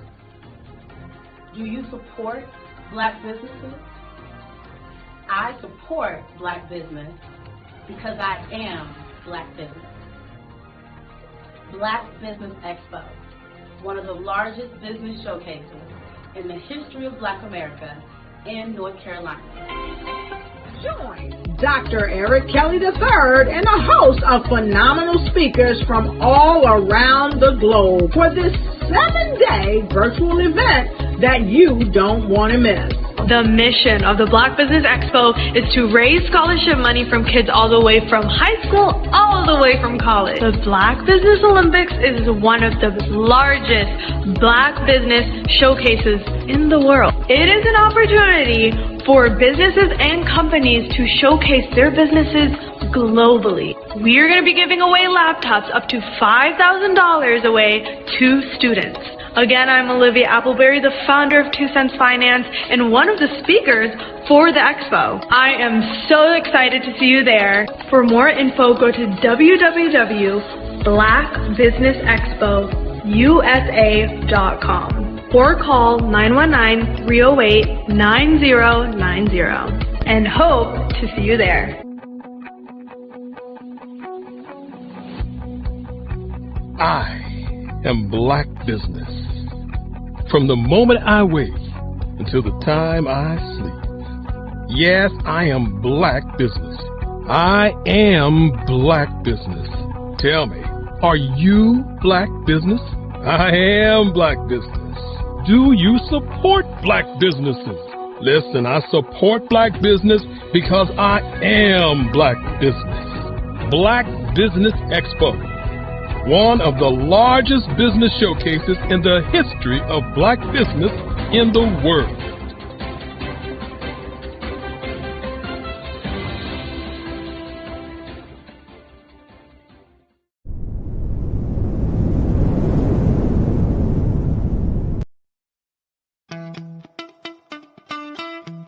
How many times have you been asked to help someone you didn't even know? A student, a business entrepreneur? Or did you ever even ask, where did they end up? That business, that friend, that entrepreneur. Well, just maybe they ended up in a gang, bankrupt, homeless, or worse, dead. Maybe they turned to crime, drugs, and alcohol. Did you ever wonder? Did you destroy their dream, or was your life always so easy? At the Black Business Olympics, we started a movement to help students complete. Give them hope and foster success. Help them to leave their dreams of providing laptops, computers, and up to $5,000 in scholarship funds. Today, we ask you to help a student, a business owner, or an entrepreneur to realize their dream by sponsoring them, supporting them, and buying from them. Consider this. With $1.6 trillion in our Black community, we only ask for a small donation for our students, our businesses, and our entrepreneurs. And you can change a life today. So I ask you, what are you going to do? Sit on the sideline and watch our students in high school be losers, miss out on their dream from lack of resources? Or are you going to donate to the movement and change their future and yours as well? Give us a call today at 919-308-9090. Change their life by investing with action to the Black Business Olympic Fund. The Black Business Olympics, one of the largest business showcases of Black business in the history of the world.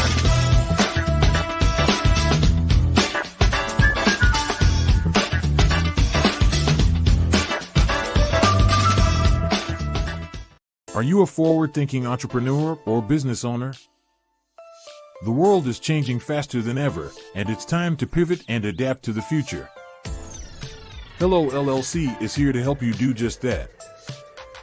Hello stands for helping enterprises leverage leading-edge optimizations.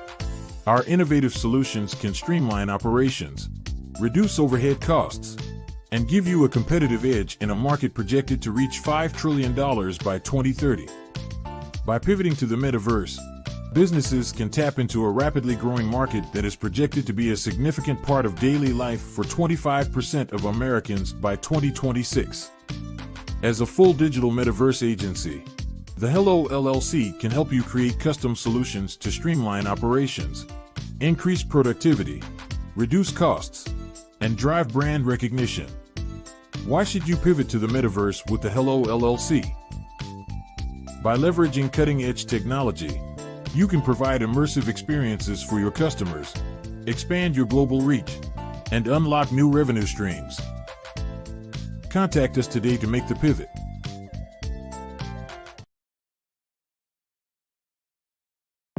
The Black Business Network and Black Business Olympics are essential platforms for Black business owners globally. They provide the tools and support you need to succeed in today's competitive marketplace. Join us today as we collaborate together with businesses from around the world to support our children, students, and young future entrepreneurs, Black businesses and corporations. We raise funds for students going to college and young entrepreneurs who are aspiring to be business owners, and we invite you to be a contributor today. Visit the website www.blackbusinessexpousa.com to connect with and learn more about how the Black Business Network and Black Business Olympics can help you not only share your amazing business story to businesses, but also serve future generations. Hello, my name is David Jones, CEO and co-founder of the Hello LLC, where we help businesses build a culture, brand and experience, and leverage technology to pivot into Web3. Join the Black Business Network streaming live into Roku, Metaverse, STEM City, Black Multiverse Enterprises, Hulu, YouTube, iHeartRadio, Apple, Facebook, LinkedIn, Spotify, Twitch, and Google Podcasts. Tune in, turn on, and let's thrive.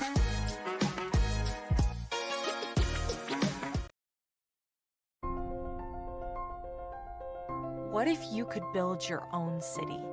A place where every child can find nurturing people to help them achieve their full potential. A place where every adult can access job training support, where health education is abundant, where social justice ruled the land. A place without limitations. Welcome. You have arrived at STEM City, USA. It is what every city should be. A safe and trusted community where you find people and resources to help you become everything you are and beyond. STEM City is unlike anything you have ever experienced. It is a digital twin of the world around you, only better. STEM City is about energy and soul renewal. It is more than a digital world. You can almost feel the power of live cultural events, music, and theater. STEM City promises a better future for children with caring mentors and hands-on activities with dedicated tutors to support our youth. STEM City is your passport to a healthy lifestyle with weekly events addressing our community's many issues. STEM City is your financial well-being with helpful information on wealth management, career advancement, job training, and so much more. STEM City is the community you deserve. It is the city where your dreams can come true. STEM City USA, a place in the sky that is accessible to all who reach for the stars.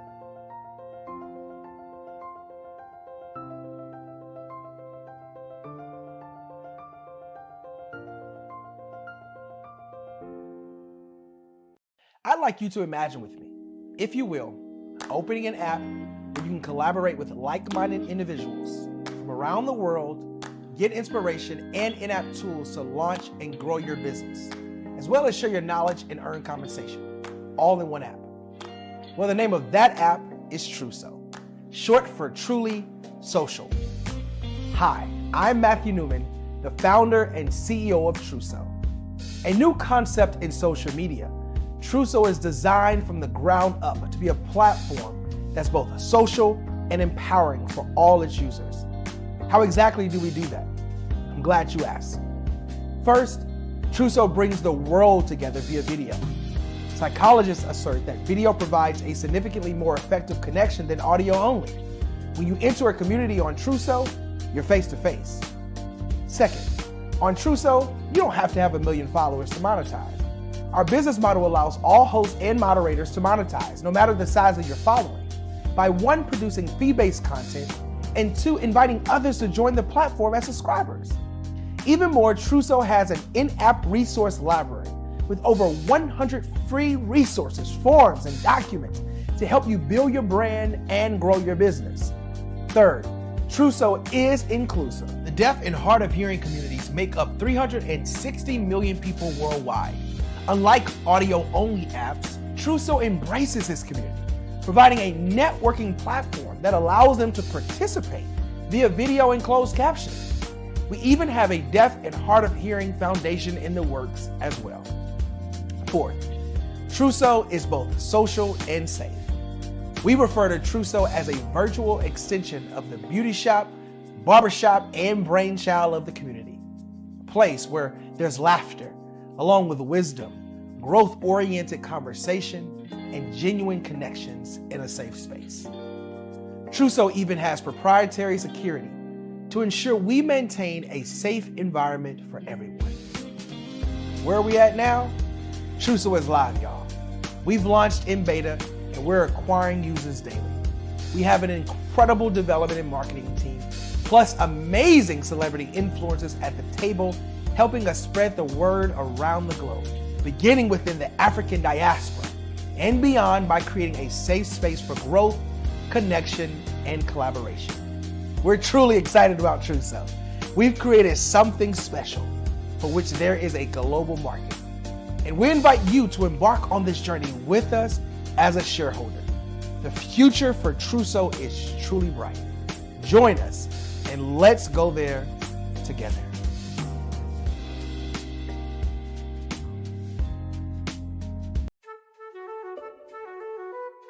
This is Dr. Arnold T. Petsworth. He's the owner of Petsworth Vet World, a veterinary clinic in Hopton, Connecticut. His patients include dog, cat, frog, fish, Goldie, dog, and this alpaca. Due to doctor-patient confidentiality, we can't tell you their names. Business at Vet World was steady, and then quarantine hit. Neighbors brought new four-legged friends into their homes. Bunnies. Bunnies everywhere. Dr. Petsworth welcomed these new patients with open arms. The only problem? There were more appointments than he could manage. That's when Dr. Petsworth turned to his American Express business card, which offers spending potential that's built for his changing business needs. He decided to hire a new assistant, Julio, and with spending power built for business purchases, he used his card to furnish a new exam room. Together, Dr. Petsworth, Julio, and American Express Business made sure all the pets of Hopton got the love and care they deserve. And everyone was happy. Get the card built for business by American Express.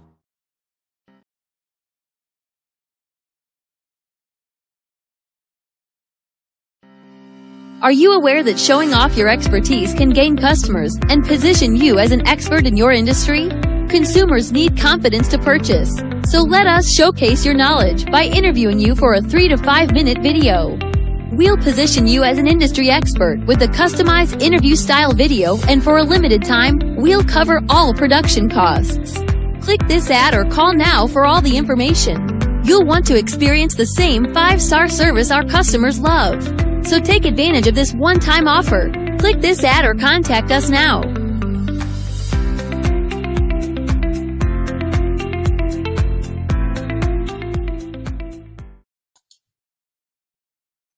Hi, I'm Barbara Smith. Genius is common. My genius is executive coaching and professional corporate training. As the master executive coach and corporate training ambassador for the Genius is Common movement, I help business owners craft their stories in such a way that you know exactly what they do, what they have, and what they bring to the table. Many times as business owners, we are asked, so what do you do for a living? And we could be crushing in our businesses, but we're not quite sure exactly what to say in a short amount of time.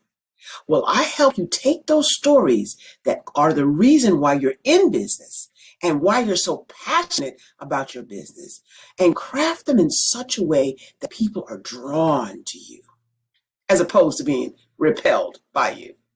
Because every conversation, every time you talk to someone about your business, you are excited about it. But are you really conveying what you do, what you have, and what you bring to the table? And do really people understand why you care so much and why they should care that you have the solution to their problem? Well, I'm here to help you with that. As a master storyteller, I can help you with your stories and spin them in such a way that they are intriguing and fascinating. People want to listen to you talk about your business. That's why At the Genius is Common movement, I am the master executive coach and professional training ambassador. That's my genius. And genius? Oh yeah, it's common. Did you know women represent just 3% of Fortune 500 CEOs and less than 15% of corporate executives at top companies worldwide? Have you wondered what the secrets are to getting into the top ranks, whether in the private or public sector? Do you want to figure out how to stop being held back in your career or passed over for promotion? Then you're in the right place. Hi, I'm Dr. Madeline Ann Lewis, President and CEO of the Executive Women's Success Institute. I have decades of experience in the military, the federal government, and corporate America, and my mission is to help women succeed and tap into their full potential. I want to reach 1 million plus women around the world to become the leaders they are meant to be. So if you want to move into a management or executive level position, or maybe you are a female veteran transitioning out of the military into business entrepreneurship, then reach out to the Executive Women's Success Institute at 301-693-3284. Let us get you on the fast track to success.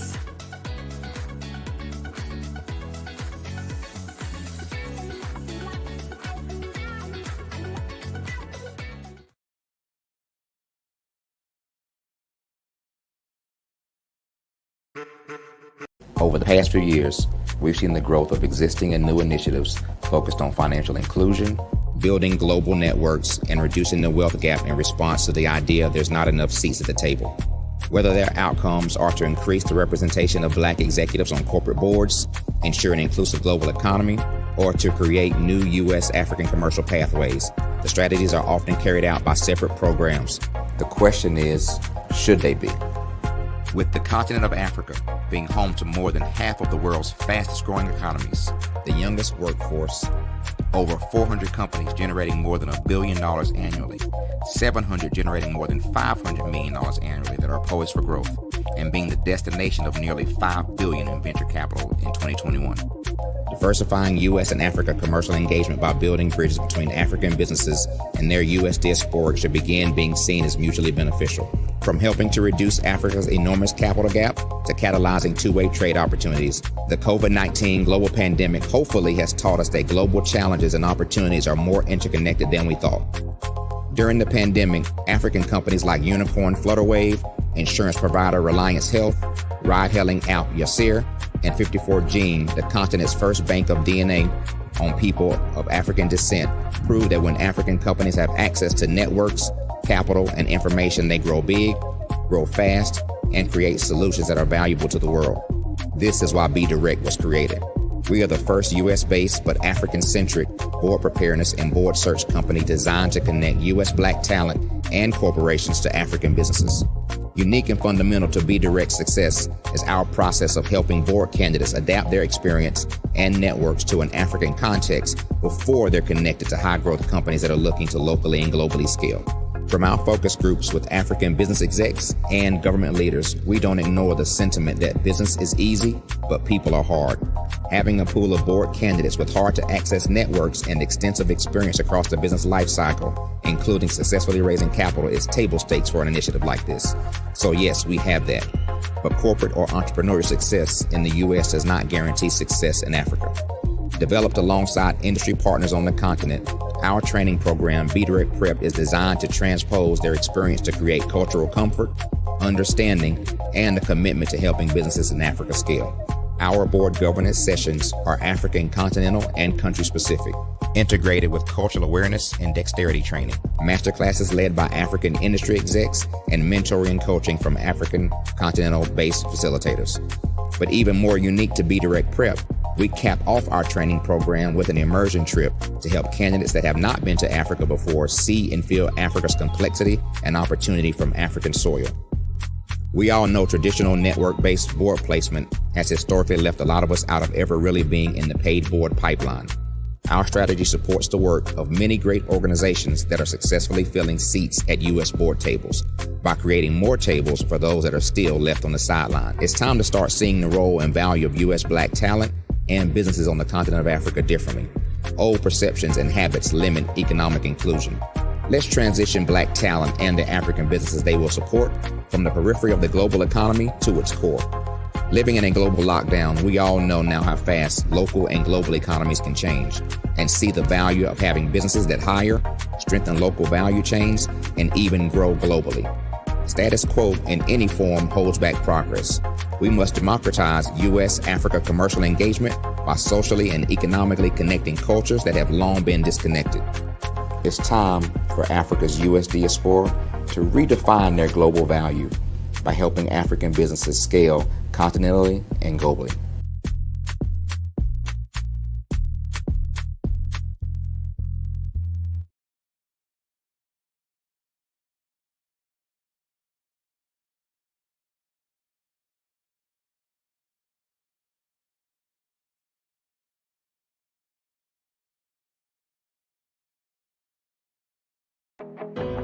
I am Black business. From the moment I wake until the time I sleep, I am Black business. I am Black business. Are you Black business? I am Black business. Do you support Black businesses? I support Black business because I am Black business. Black Business Expo, one of the largest business showcases in the history of Black business in the world. Sign up today at www.blackbusinessexpousa.com or call 919-308-9090. I am Black business.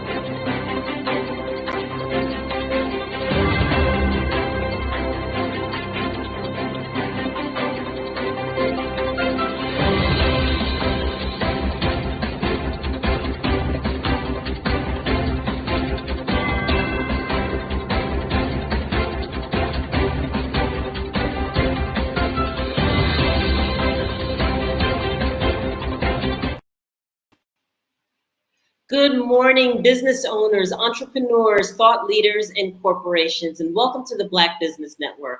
My name is Dr. Enolia Foti, and I am the CEO of Enolia LLC, Director of Operations of Vision Africa Development, co-founder of Easy Step Group Management Consulting, and CEO of Expressions of Humanity Foundation. I am your moderator for this morning, and coming to you from Luanda, the capital of Angola, Africa, on the Black Business Network. The Black Business Network is a 24-hour business network showcasing Black businesses, business owners, entrepreneurs, and thought leaders worldwide. We have speakers from North Carolina, Singapore, Kenya, Burundi, Japan, and cities all over the United States. The Black Business Network is a global community sharing its business knowledge to empower, inspire, and educate businesses about business. So I want to share with you just a little bit. I'm going to share with you about something up and coming new this January on the Black Business Network. We are going to start featuring the Literary Olympics, where the focus will be on writers and authors across the world and introducing you to their books. That is going to be a wonderful addition to the Black Business Network. And I would like to share with you just a little bit about what I bring to the table in authorship. I'd love to share with you, first of all, that I am an author of 4 books. The first one being Finding My Sovereign Voice with My Grandmother Elder. And This book is offered on Amazon.com along with the rest of my books. And what it is a self-help hybrid memoir about the travel and work that I've actually done in order to transition my life from a corporate experience over to entrepreneurship. But not only that, it talks about the experiences that I actually went through and how it actually changed my life. Many of us are in the scenario in life where we're doing what we're supposed to do, we're meeting our responsibilities, we're doing what's expected of us. And life is nothing but a responsibility. And it came to me late in life, but partway through my corporate career, that I wanted to do something different.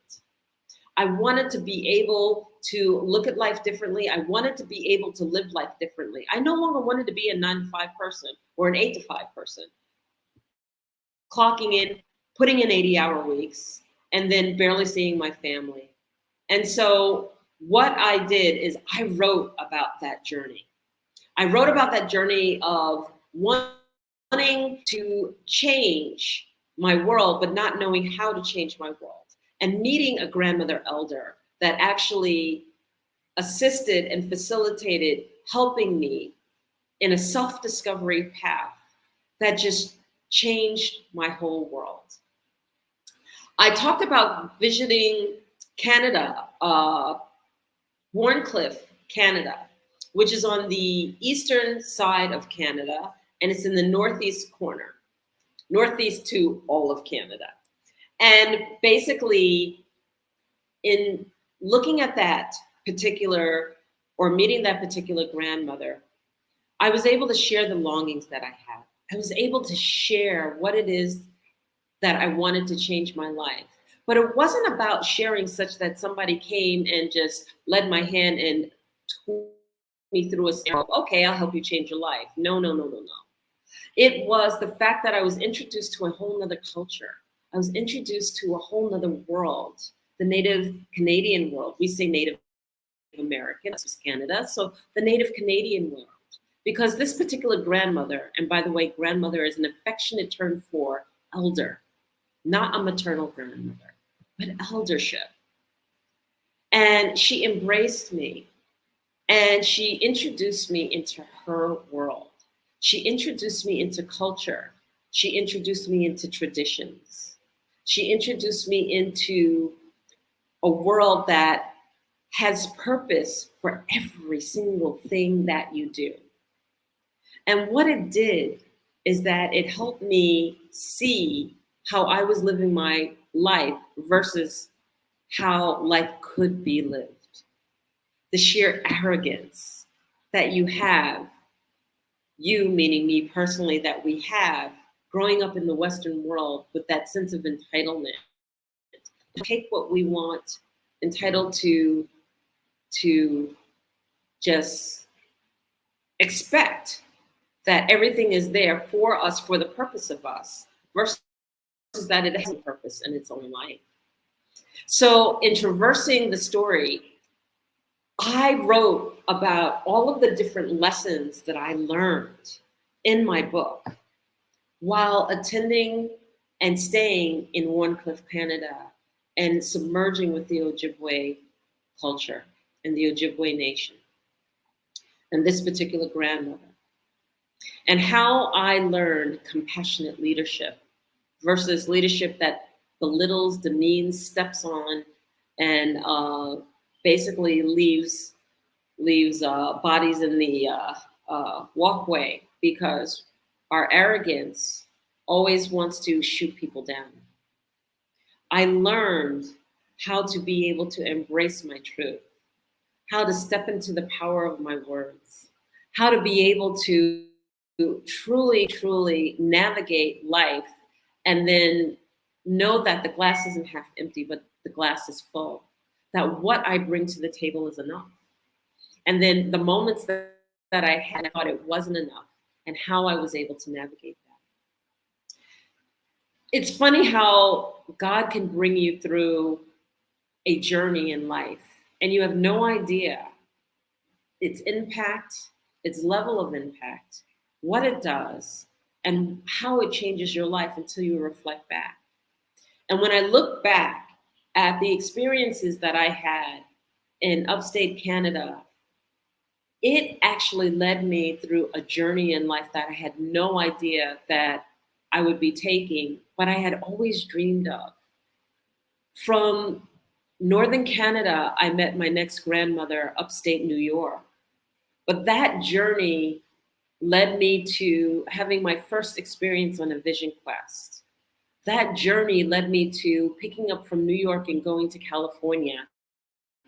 There, launching as an entrepreneur my business, and my business that spanned in the first year 22 states and 4 countries later, where I traveled all the world teaching and expressing and what I had learned from the indigenous as the foundation of my program. So in this book, How I Found My Sovereign Voice with My Grandmother Elder, it truly, truly expresses the journey and the lessons in the journey. And if you can learn from the lessons in my life, then you will truly, truly enjoy this book, because the lessons are shared. They're actually summarized in my actual workbook, Discover Your Sovereign Self journal, of which I actually take the time to write up the lessons learned chapter by chapter, then turn around and ask questions step by step, and the lessons that I learned and how to relate it to your life. And then in relating it to your life, then you're able to journal in this particular book how it relates to your life, how it's different in your life, or how it's relatively the same. In the journal, I give you affirmations every day. And why affirmations? Because we know that affirmations, it's been scientifically proven, do actually change people's lives. The repetitiveness of the words impacts us all the way down to the DNA and to the mitochondria level. And if you don't know much about this, then I suggest that you go to my YouTube site and listen. I have some very explicit and very clear teachings about affirmations and how they can impact you in a scientific way. It's also shared by Billy Carson, too. He does an excellent explanation of it. That affirmations, and the first one that came from Africa, done by Queen Mayat. So the literary world, if you are a part of it, you'll really, really enjoy sharing on the Black Business Network and all of the things that you can bring to bear in sharing your book to those who are out there ready to listen. I also want to share about one of my other books. It's called The 30-Day Program to Conscious Living, and it's called Know Thyself. And in sharing Know Thyself, this book is also a launch in a program, self-help to conscious living. Why conscious living? Because we tend to get caught up in patterns and stuck in a world where we're constantly doing the same thing over and over and over again. And what happens is that we go into autopilot. We go into autopilot in our lives. And in going into autopilot in our lives, then what happens is that you're busy rushing through life. Does this sound familiar? Especially those of us who live in the city, because I was born and raised in New York City originally. And so in the morning, and it wasn't about, the quality of life versus that I had to do things quick, fast, and in a hurry, because if I didn't do them quick, fast, and in a hurry, then somebody might beat me to it. I had to be at work on time because there's always people waiting in line for your job if you weren't on time, and if you were tardy, or if you didn't meet your responsibilities for that position. So I learned to do everything fast, quickly, even in my decision making. But what happens is that when you get outside of the city, you realize that you're moving so much faster than the world around you. And you've forgotten how to slow down. That slowing down isn't a fact that just like you, I like to do things fast, I like to do things quickly. Slowing down is quality of life. Not how quickly I can get things done. And almost that's like quantity of life, but quality of life. That it's okay to take time and take pause in understanding how I think and how I come to the decision that I make. And in a world where we are bombarded with media all the time and noise all the time, it's imperative for us to sometimes take pause, take a breath, understand why I'm doing what I'm doing, why it's important, and be conscious of the fact that I choose to do this and that it has a purpose, and to really take time to understand that purpose in its entirety. So when we take time to actually take pause, then we're allowing our conscious to actually move forward, to actually be present in the moment. And this is important because many of us, oh yeah, well, I can move quickly and I can move fast and I'm present. And then the point is you're not present. When we're multitasking, I could be on here and I could be speaking to you, but meanwhile, I'm also checking my phone and I'm texting over here and my attention's drawn here, here, here, here, here, here, and here. I'm not present. I'm not speaking to you. A part of me is, and another part of me and my thoughts are somewhere else. That doesn't work. It doesn't work for quality of decision making. It doesn't work for the quality of time needed to think through a process or to focus. Something about the time that we're in now doesn't afford many of us the opportunity to focus on what's necessary. And the world is actually set up so that you don't focus. Why? How many media people and marketing people are telling you right now that if you don't express it in 30 seconds, then you've lost people's attention span? That's because people have lost the capability of being able to focus for long periods of time. And in order to make a quality decision, in order to transcend anything, it takes focus, it takes time, it takes creativity, and it takes silence. Sometimes just silence. Why is this important to be conscious? You don't realize how unconscious you are until you put yourself in a situation where it calls for it. I'll give you an example. I took a journey across Kenya. I was so excited to be in Kenya, in Nairobi. I landed, I met with my party, and we did a walking safari for 100 miles. 100 miles across the East and West Tsavo Park, starting at Kalalungi, at the base of Kilimanjaro, and then walking the park alongside the river, the Tsavo River. And so I was really excited to be able to have this opportunity. I was all set. I had practiced walking, I averaged about 5 to 7 miles a day. And this was going to average 10 miles a day for 10 days to make that 100 miles. And in arriving, we're all set. And how it was actually set up is that you actually had a moving camp.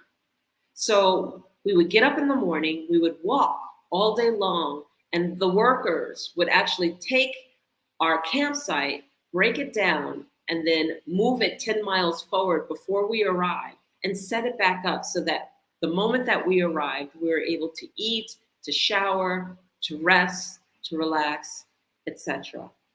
It was phenomenal. And we were led by the Maasai. And in doing that, I remember the first 3 to 4 days of walking and walked in silence. my mind would not stop. My mind was like the monkey mind. I was going through a litany of, I had to sing a song, I had to this, I had to that. There was no peace in my walk. There was nothing but anxiety. Did I have enough water? Am I going to make it? Oh, I'm getting really tired now. How long are we going to go? Are we going to take a break? What happens when I have to use the bathroom? Blah, blah, blah, blah, blah, blah, blah, blah, blah. Oh, there are animals here. The animals are wild. Will the animals attack? It was just on and on and on and on about the litany of things that were taking place in my mind as we were walking. This is what happens to us on a day-to-day basis. This is how busy our minds are on a day-to-day basis. Unconsciously, we are just thinking so many thoughts over and over and over and over and over again. And we don't have peace in our lives. And it took the first 3 days of my mind going through that. And on day 4, I finally had an epiphany. And that epiphany was that my mind just stopped.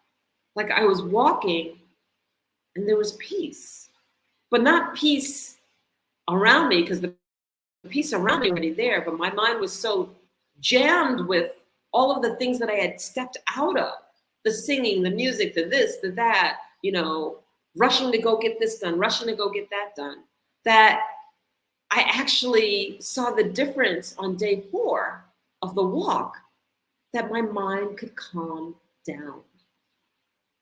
Then it wasn't worried about the animals. I realized that we have a natural balance with the animals. The animals weren't interested in us.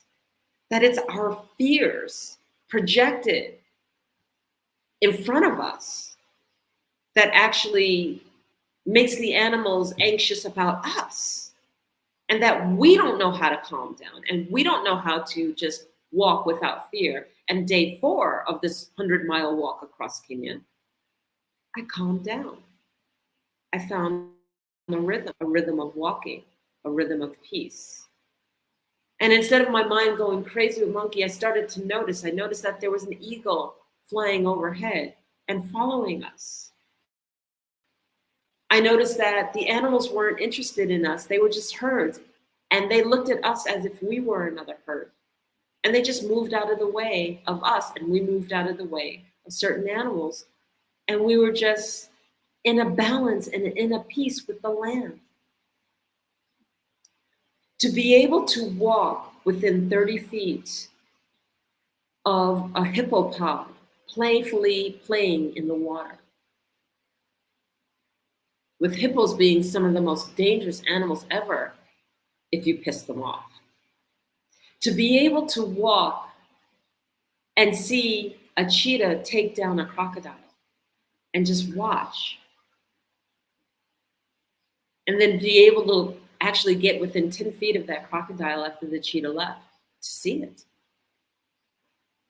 To be able to understand that the land itself has a vibration, and that I was feeling better and better and better every single day, being in nature and being else, and saying, wow, what is going on here? Like there's a natural peace, but a natural lifting of my spirit. Being in the wild and being outdoors and being on the motherland, the land of my people, the land that I know, the land that I now call home.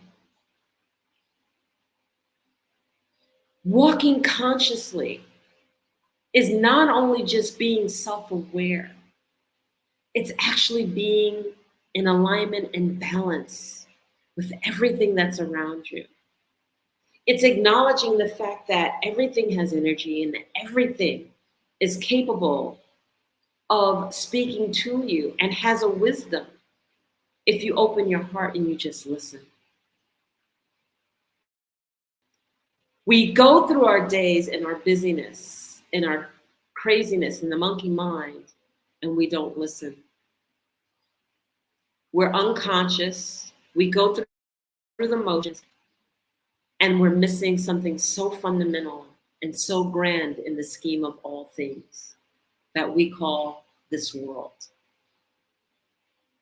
So my book, 30-day program, Know Thyself, was predicated on the fact that this transition had taken place and I had a realization, an understanding that there is so much more to life than anything that I could have ever imagined when I learned to sit still. And I invited in the quiet, the peace, exacerbating the connection we already have to God. It just came in strong and lighter instead of dull and light, because I wasn't filling my mind and my head with so many different things. So my book is also accompanied with 30 individual videos, one for each day, so that as you do the 30-day program, you get a video and you get to read out of the book what should take place for that day. That you can ask the question within yourself, self-reflect, write it down, and answer honestly. And I say answer honestly because one of the other things that we like to do as individuals, as human beings, is we like to convince ourselves of a story, or convince ourselves of why we are where we are.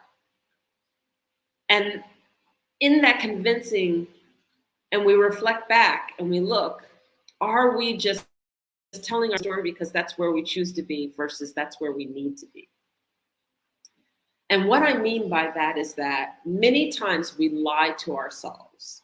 We tell ourselves the story of the reason I'm here is because of X, but that's not the truth. We're just convincing ourselves it's X, but it needs to be Y. And the question is, when you're living consciously, you can consciously also accept the totality of self, the total you, the total being of what you bring to the table, the good, the bad, the indifferent, the monkey mind, the craziness, the loving, and the darker places of ourselves. We totally accept ourselves. But when we lie to ourselves, we deny parts of ourselves, saying that we don't like it, we wish it wasn't there, etc., etc. And I don't mean that akin to accepting self in its totality versus denying self in its totality and telling ourselves a story when we know it's not true. You can always and should always be honest with yourself. And only you will know when you're being dishonest with yourself.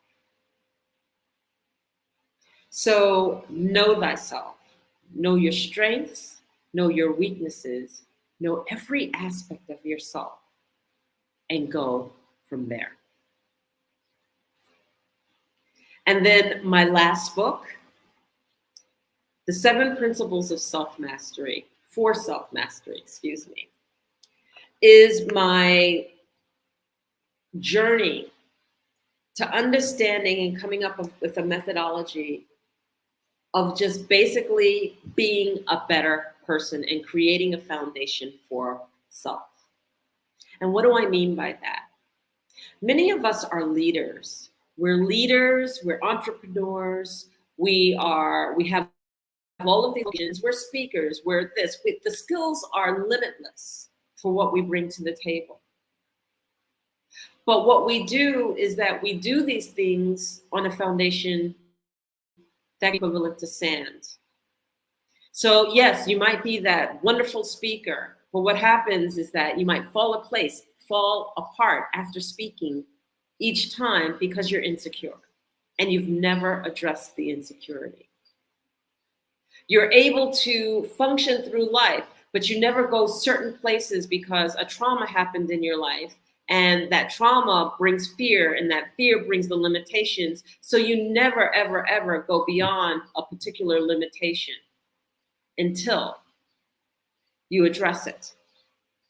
And so what happens is that when we have traumas and we have fears in our life, we actually look through the pain of fear when we're living life. And we limit ourselves along the guidelines of the pain that we've experienced. So when I talk about the 7 principles for self-mastery, I also talk about the Empower, Achieve, Succeed methodology. It's a methodology that I developed that actually addresses how to live consciously, confront some of our hardest fears, and not change, but transform the patterns and habits over a period of time. It's very, very easy to say, oh, I'm going to change, and you change for a period of time. And we know this because we do this every January, don't we? We call them the new things that I'm going to do for January 1st, right? I'm going to change. I'm going to do these are my list of things that I'm going to change for the new year, and this is what I'm going to do. And then we do it for about a month, and then we're right back to the same old habits. Well, through this methodology, we actually break down the patterns and the habits. We actually learn how to observe our own thinking. We learn how to observe our own behavior. And then we learn how to make a different decision. And when we make a different decision, we get a different outcome. We learn how to navigate through the stories that we are creating for ourselves and that others are creating on behalf of us. We learn that when silence takes place, we don't have to fill in the blank with a story that, frankly, we're making up because the truth hasn't been unveiled to us yet. We learn to navigate through, and we learn to do. So if you're interested in any of the books, you can find me on Amazon.com. You can also find me on my website, www.enolia.live. And you can reach out to me on info@enolia.live for any questions, thoughts, and share with me your thoughts. So I want to thank everyone, and I'll see you later because genius is on the other.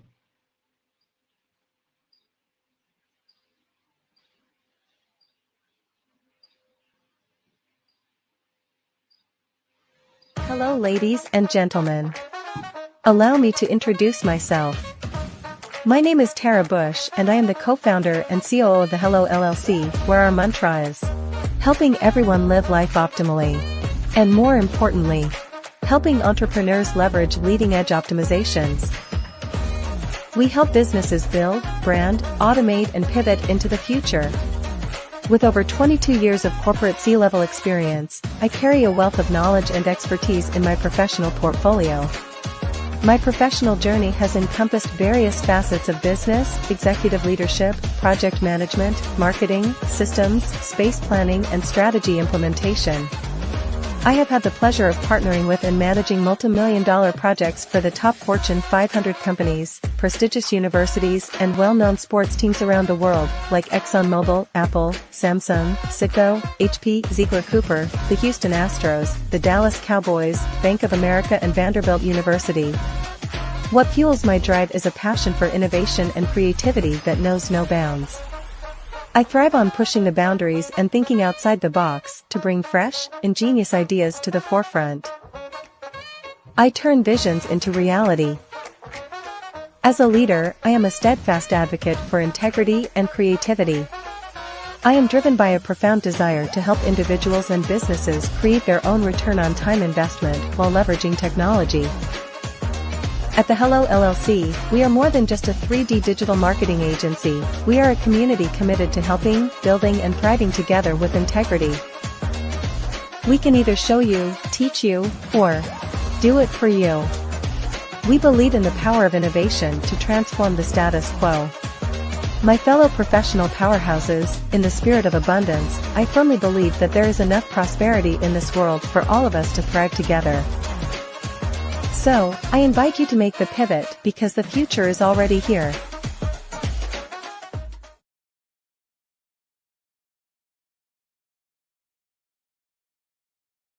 Sometimes you got to hear the news from the Black perspective, and more specifically, Black publishers. And that's exactly why you have to download the HeyTie app, the largest mobile app delivering breaking news, videos, and podcasts from 200 of your favorite Black publishers. Yes, 200 Black publishers delivering news as it happens, literally all in one app. Go to HAYTI.com or download the app in the Google Play Store or Apple App Store. It's completely free, along with information that you can trust, so go check them out.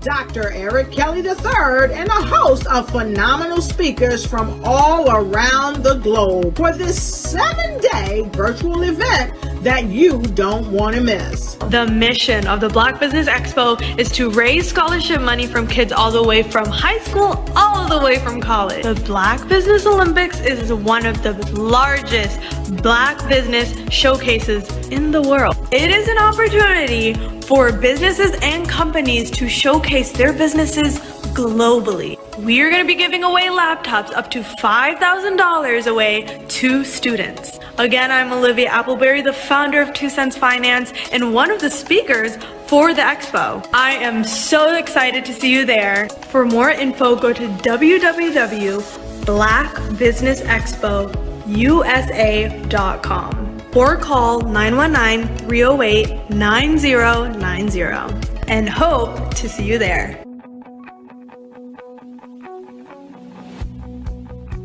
I am Black business. From the moment I wake until the time I sleep. Yes, I am Black business. I am Black business. Tell me, are you Black business? I am Black business. Do you support Black businesses? Listen, I support Black business because I am Black business. Black Business Expo, one of the largest business showcases in the history of Black business in the world. The world! Sign up today at www.blackbusinessexpousa.com or call 919-308-9090. I am Black business. I am Black business. From the moment I wake until the time I sleep, I am Black business. I am Black business. Are you Black business? I am Black business. Do you support Black businesses? I support Black business because I am Black business. Black Business Expo, one of the largest business showcases in the history of Black America in North Carolina. Sign up today at www.blackbusinessexpousa.com or call 919-380-9090.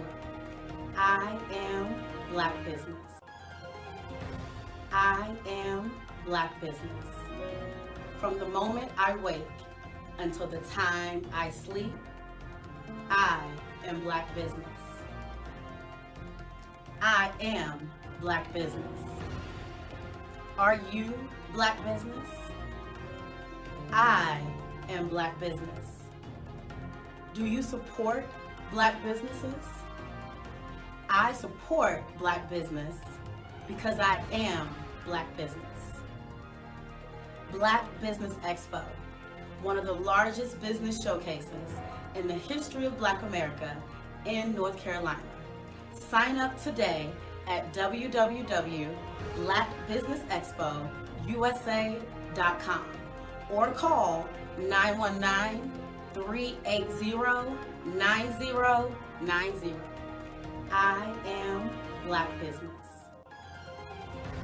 I am Black Business. From the moment I wake until the time I sleep, I am Black Business. I am Black Business. Are you Black Business? I am Black Business. Do you support Black businesses? I support Black business because I am Black Business.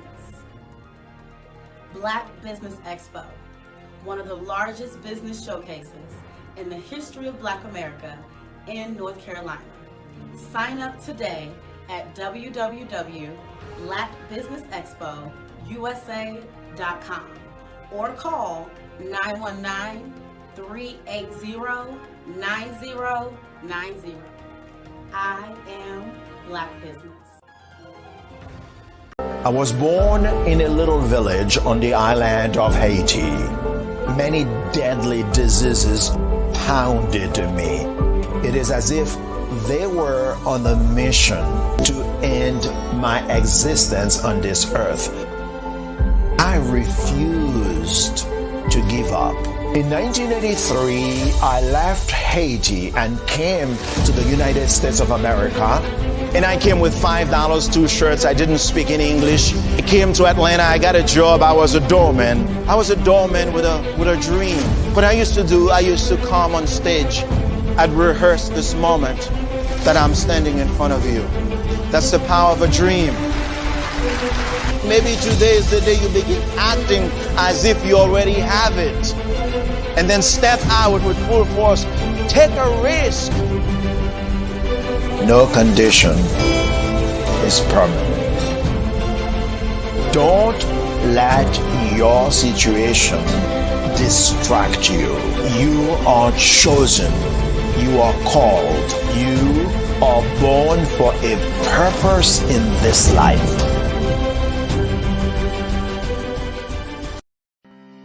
Are you aware that showing off your expertise can gain customers and position you as an expert in your industry? Consumers need confidence to purchase. So let us showcase your knowledge by interviewing you for a 3 to 5 minute video. We'll position you as an industry expert with a customized interview style video, and for a limited time, we'll cover all production costs. Click this ad or call now for all the information. You'll want to experience the same 5-star service our customers love. So take advantage of this one-time offer. Click this ad or contact us now.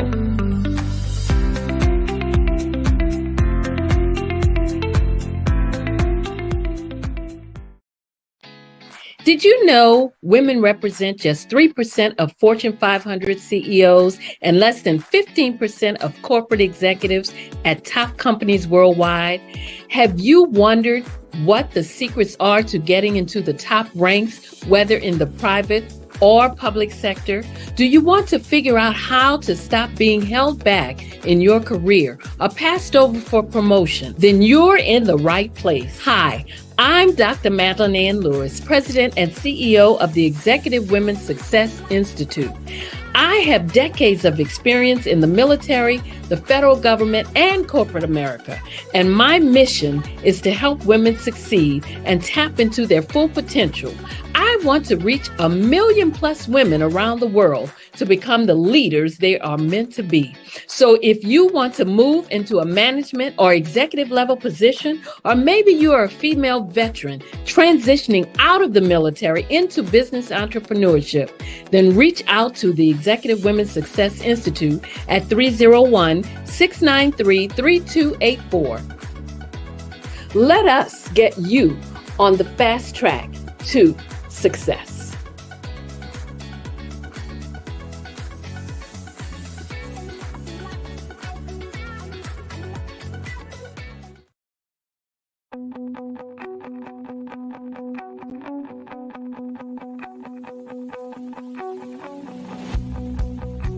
I am Black business. From the moment I wake until the time I sleep. Yes, I am Black business. I am Black business. Tell me, are you Black business? I am Black business. Do you support Black businesses? Listen, I support Black business because I am Black business. Black Business Expo, one of the largest business showcases in the history of Black business in the world. The world! Sign up today at www.blackbusinessexpousa.com or call 919-308-9090. I am Black business.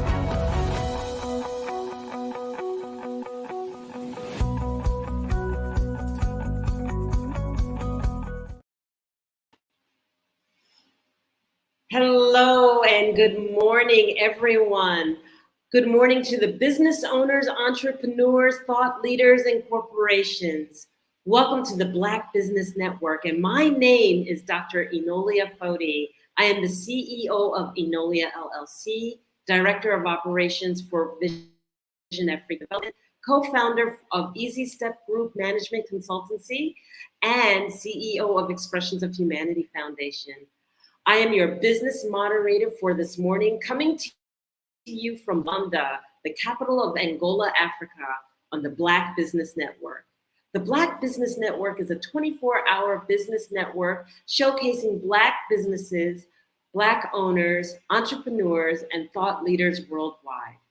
We have speakers from North Carolina, London, Singapore, Kenya, Burundi, Japan, and cities all over the United States. The Black Business Network is a global community sharing its business knowledge to empower, inspire, and educate businesses about business. And it brings me great pleasure to introduce our keynote speaker, Erica Jo Robinson. Erica Jo Robinson is just an ordinary woman called to do extra things, but her calling by no means made her life any easier. She has been through enough things in life that she feels qualified to stand amongst those who are qualified to share.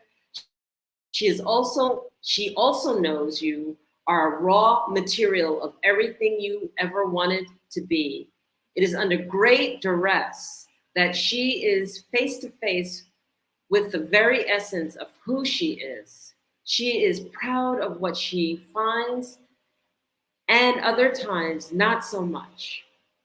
If you ever felt like God crushed you in one hand and sustained you in the other hand, then her message is for you. She is a stage 4B, and let me see if I can get this correct, adenocarcinoma survivor. Ironically, it seemed when her life was just beginning, she was closest to death. She was living so good that she felt no symptom of cancer that I could recognize, but had both COVID and cancer at the same time and was practically asymptomatic.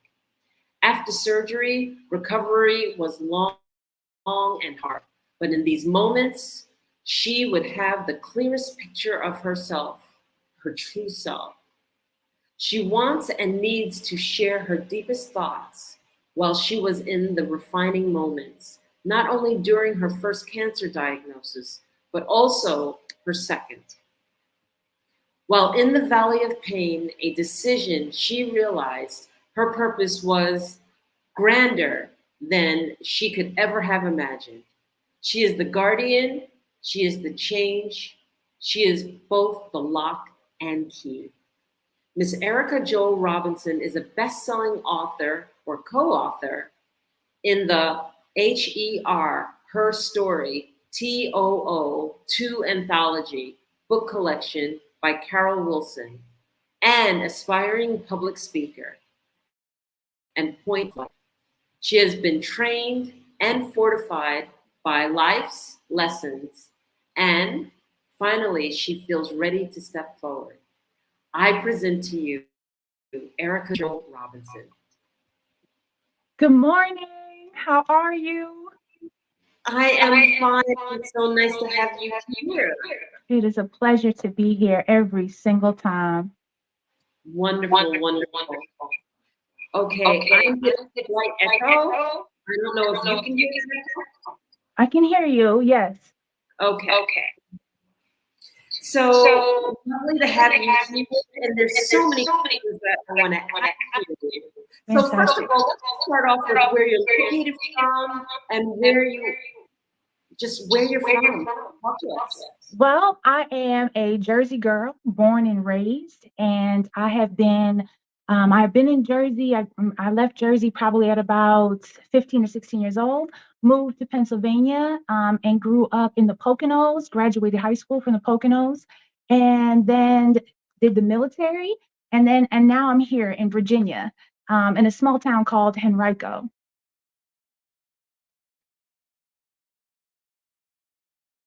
So Henrico is a very interesting place to be. I didn't know whether it was pronounced Henrico and Henrico, but it is a small town that is just like adjacent to, most might know, Richmond.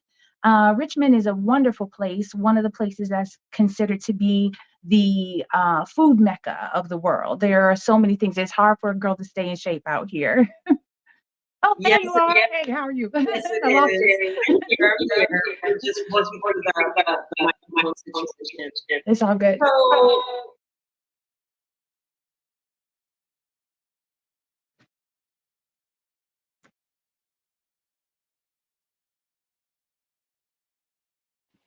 tell us a funny thing that you believe about radio when you Oh man.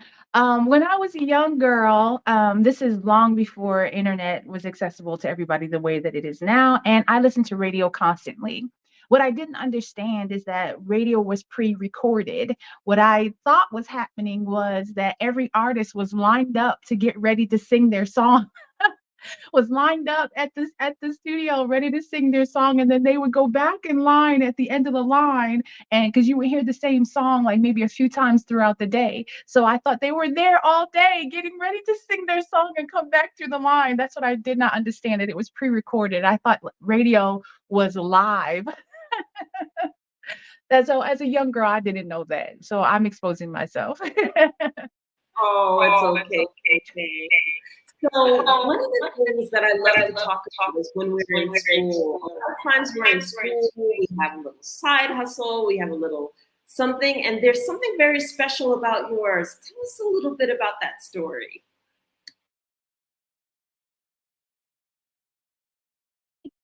You're on mute. Okay, here we go. Can you hear me?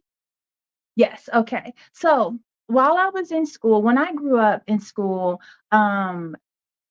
being bullied was not like it is now. It was I hate to use this phrase, but it was like a rite of passage in a sense. You were tested in school, I guess. You know what I mean? So not only were you learning your academics, but you also had to prove your heart. Especially in Jersey, when we were growing up, it was, a rough thing. So I was always an advocate for someone who was being picked on or being bullied, because I had been picked on and bullied so much. So what I used to do was I used to avenge the bully, and then it turned into this type of business where I had been known as a great fighter in school. And so the kids would come and say, "Hey, Erica, so and so is being bullied on the playground." And I used to be like, "Okay, I'm gonna come down there, but you know the fee." And they used to give me a quarter to go down there and fight the bully. And so this reputation had grown for me. I became a bodyguard in sense. I was a hired bodyguard. You know what I'm saying?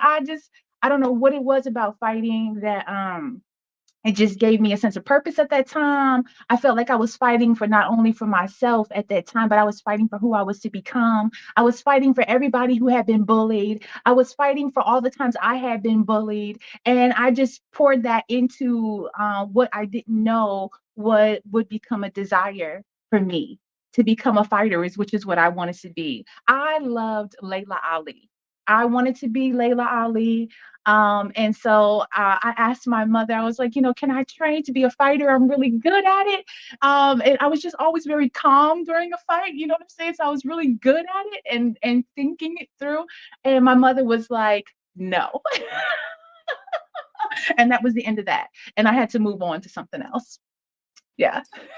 Understandably so, but wow, I can totally relate to that. I can totally relate to the understanding that when there are bullies around and whatnot, you have to be able to take up for yourself. If you don't take up for yourself, you get in trouble because then they never stop bullying. So thank God you were actually there to be able to help your fellow peers out that needed the help. So that's wonderful in that regard. So, I don't wish having it on anybody unless you're good at it and you enjoy it. And if you do, we all take on our vocations. So let me see, you're traversing school, and then I know that at some point in your career, you actually went into the military.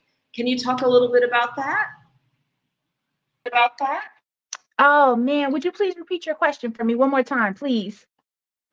Yeah, so I was saying that at a certain point, you traversed school, and I know that at some point you went into the military. Can you talk a little bit about when you went into the military? Absolutely. I joined the military in order to get out of a small town that I was in that I did not see a way out of. I didn't have the skill set. I wasn't a college type person at the time, and I knew that I needed to get out. And so what I did was I tried to join the army, but it just wasn't a fit for me. So I joined the Navy instead. And in that process, I can hear my mother's voice even now: do what you have to do so you can do what you want to do. And she really wanted me to go into nursing, and so that's what I did. I was a corpsman for about 6 years, 6.5 years. I was stationed in Hawaii for most of my time, and I was an EMT, which was probably one of the hardest jobs I've had to do in the military. I did my little bit of time with the Marines as 8404. It was a requirement. The Marines, I don't know what the situation is now, but at the time, the Marines didn't have medics, and the Navy's medics were the Marines medics. And so we had to go and learn how to perform an action with them, which was something that I carry with me to this day as an attribute to who I am now and what I'm able to accomplish. So I did that, learned a whole lot. At the end of my Navy career, I decided to change jobs, and I became a medical photographer. At the time, I was in love with images, and I still am to this day. I love magazines. I love the color stories. I love that type of thing. So I did that for the last probably year and a half or so of my military career. And to this day, I tell you, joining the military is probably the best thing for me. I had like a wild streak. I was like a wild teenager, man. Like I didn't do anything like way too left, too crazy, but I was just a wild teenager in the sense that I had no fear. Like I was just very courageous and very driven off the adrenaline rush of defiance. We'll just say that and leave that there. But you know what I mean? I'm so glad my mom isn't here because she would be like, "Oh, let me tell you everything." But we're not gonna. I'm glad she's not here to tell these stories. But we're just gonna leave it at, you know what I mean. I just really thrived off of that, and it like a double-edged sword to everything in life. That really helped me. That drive off of adrenaline really helped me, which pushed me into some of the things that I'm involved in now. So yeah, that's what happened with that. So that's phenomenal. There you are, this woman in the Navy, and okay, so it's like taming yourself, right? The discipline, you're sitting there, you're doing everything that you need to do for yourself, and you're tending to yourself. And that has to have taken a fundamental change within you. So talk to me a little bit about your mindset when you got out of the military. What changed for you? The military really showed me who I was, what I was capable of. And they say that you know who you really are under heavy duress. And I knew that my heart was ready for entrepreneurship. We know that entrepreneurship is feast or famine. There is a period of time where there is a lot of struggle where you're trying to figure it out, especially if you don't have a blueprint to follow, or you're trying to get into an industry that you don't exactly know how to get into it. At the time, for me, the first businesses that I owned was something called ITM Live and G1 Magazine. I remember my first experience with magazines. I saw Iman, the model. I don't know if you remember who Iman it was, the model back then. I saw her on the cover of Essence magazine, and it just blew my mind.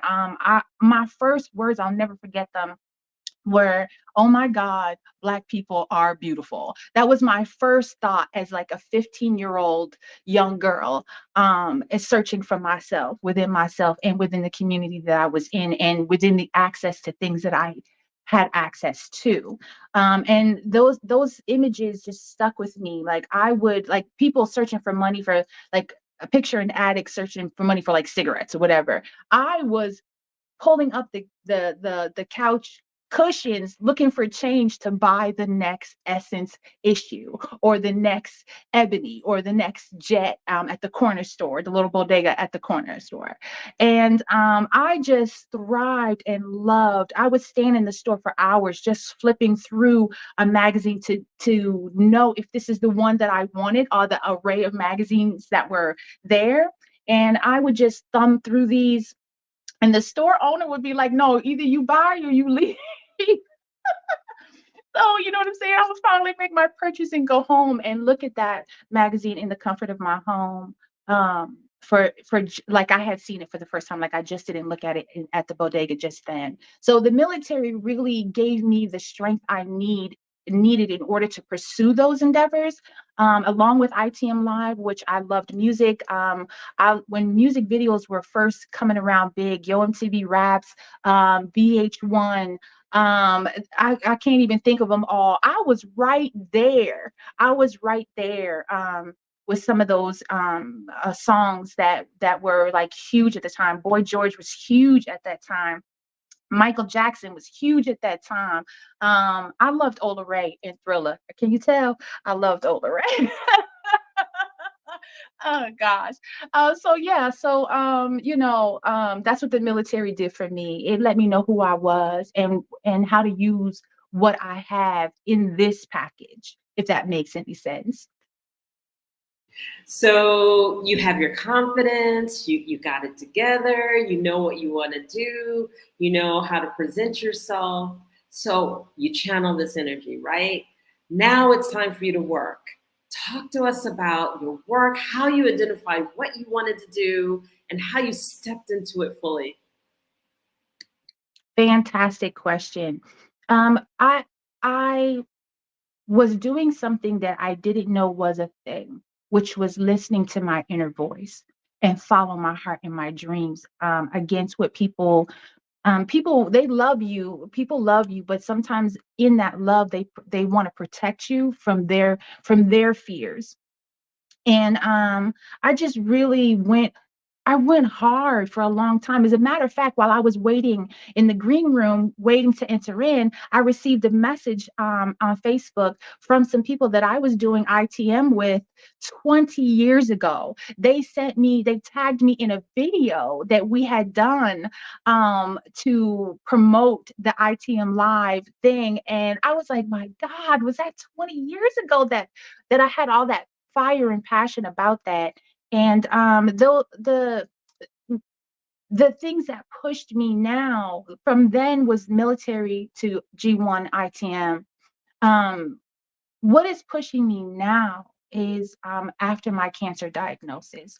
It came as such an abrupt. It was an abrupt interruption into my life. I was dying and I didn't even know it. There were no signs and symptoms that I knew of. The type of cancer, adenocarcinoma, started in my spleen, and I didn't know the signs and symptoms of a cancer that started in your spleen in that way. I was aware of breast cancer because it's widely promoted. I was aware of maybe some of the other cancers out there, but adenocarcinoma starting in your spleen, I was not aware. And plus, I was and still I am today a get up in the morning before the sunrise workout type of person. There's something about getting up before the sunrise that is therapeutic for me. And I was doing that, running the stairs, lifting weights, challenging myself every day, surrounding myself with a circle of people that spoke the language that I needed to hear. And I didn't have those people accessible to me. So I built this table from YouTube, from motivational speakers. And I just thought, wow, if it doesn't cost me anything to listen to these people and to see if what they're saying is true, it only costs me a little bit of time and effort. And so those things catapulted me into what I believe I should be doing right now, which is writing and motivational speaking. Because if a girl like me, just a girl from Jersey, an ordinary girl from Jersey, can accomplish what I have accomplished, at the first time I had cancer, it was an idea of how to get over. It was an idea how to cross the bridge from where I was to where I wanted to be. At the second time I had cancer, it was a blueprint. The second time, I was like, okay, I know what I did the first time to get over. Is it a fluke? Can I do it again? Can I prove it to myself, my children around me, my family around me, the friends that I have? I have a very small circle, and that's for a reason. Can I do it again? And that's what catapulted me. I hope I answered your question. You actually did. And I'm going to go back just a little bit because you said a few things and I want to just make sure that I have clarity of understanding. So I just want to know what the G1 is and the MT Live is. If you could just share a little bit about that, and we're going to progress you through. Okay, fantastic question. And thank you for backing me up on that. G1 magazine started for God first.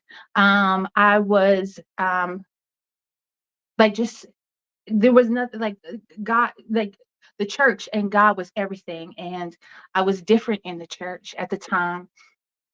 And at the time, jeans weren't accepted, and casual wear wasn't accepted. The idea of bringing your best to God at the time was heavy. But I was unaware of that because I was not brought up in the church. God found me where he found me, and it was not in the church. And so, because like I talked about it, my years as a young girl, you know what I'm saying? I was, you know what I mean? I was doing what young women, you know, I was having a great time living life, and God found me where I was. So I didn't grow up exactly in the church. I have a really strange background when it comes to church. My stepfather, who I call dad, who raised me, was Episcopalian and Black Hispanic. So we went to church on the holidays and things like that, kind of a Catholic thing. And then my godparents were devout Baptists. So then when I wasn't going, you know what I'm saying? So I had this like weird, like kind of presentation of what God, who God is. I'm not gonna say was, who God is at that time in my life. And so that's what G1 was about: fashion. It was about the whitewashed tombs. It was about, that's what I felt at the time. I was wearing like, you know, at the time the velour sweatsuits were in. I was wearing that type of stuff to church. And believe me, I turned heads, you know, just for that reason, and talked about for that reason. If we move forward to ITM Live was inside the music.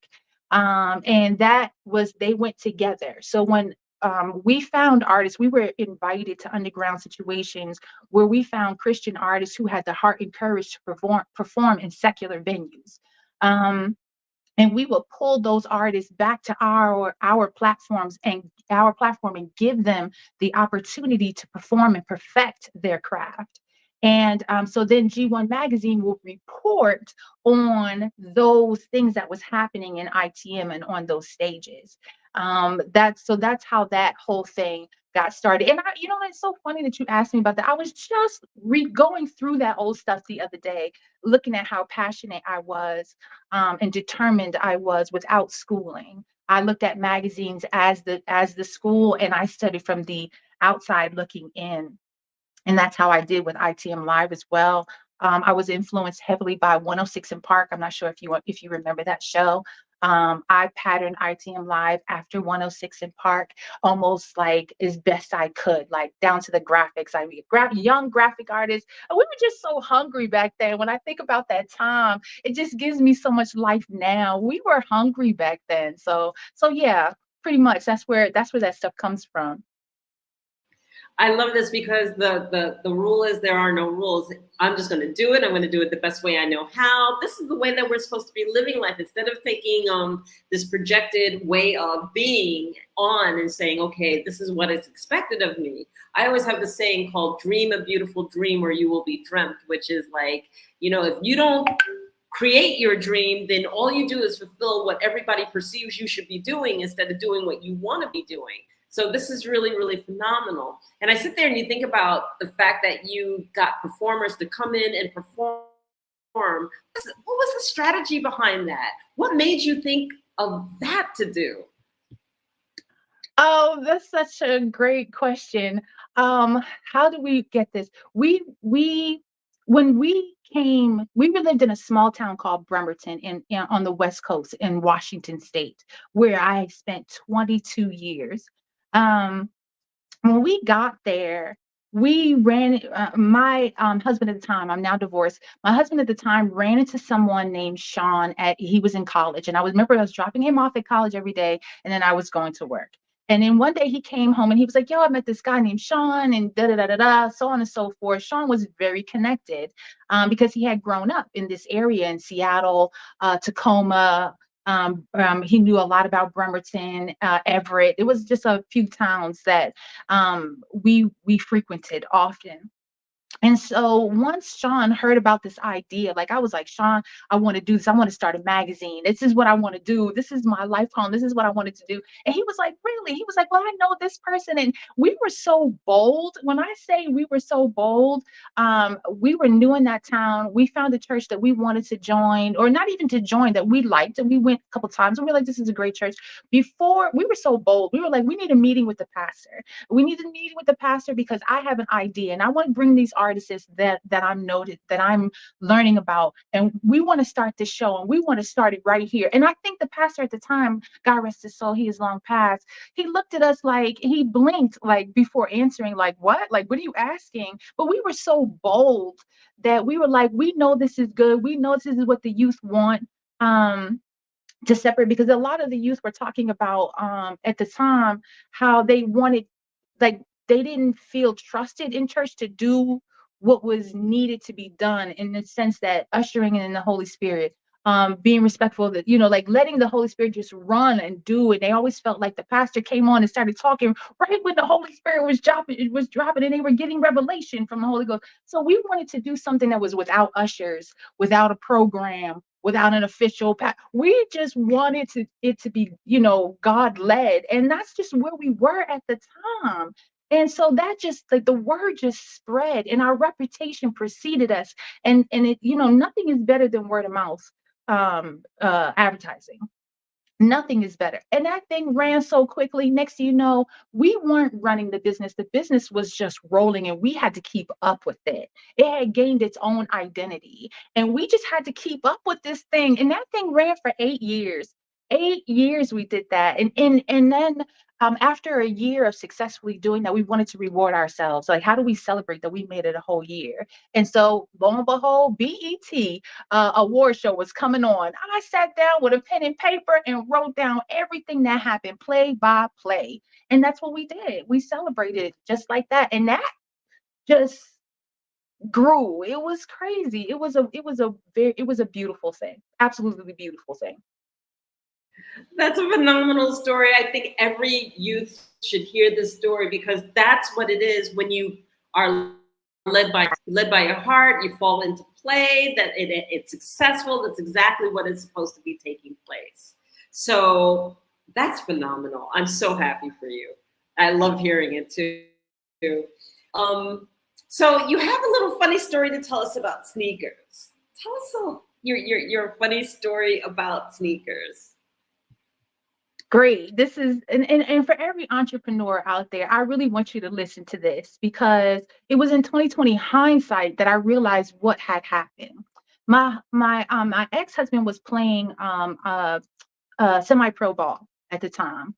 And so we left ITM and G1. We felt like it had run its course. We had life had happened to us. And so we needed to transition. And we decided that we were going to live regular lives. After ITM and G1, we were going to get 9 to 5s. be like everybody else and just go to work and come home, play with the kids, that type of thing. But of course not. That's not, because that's not the calling on our lives, either together and individually.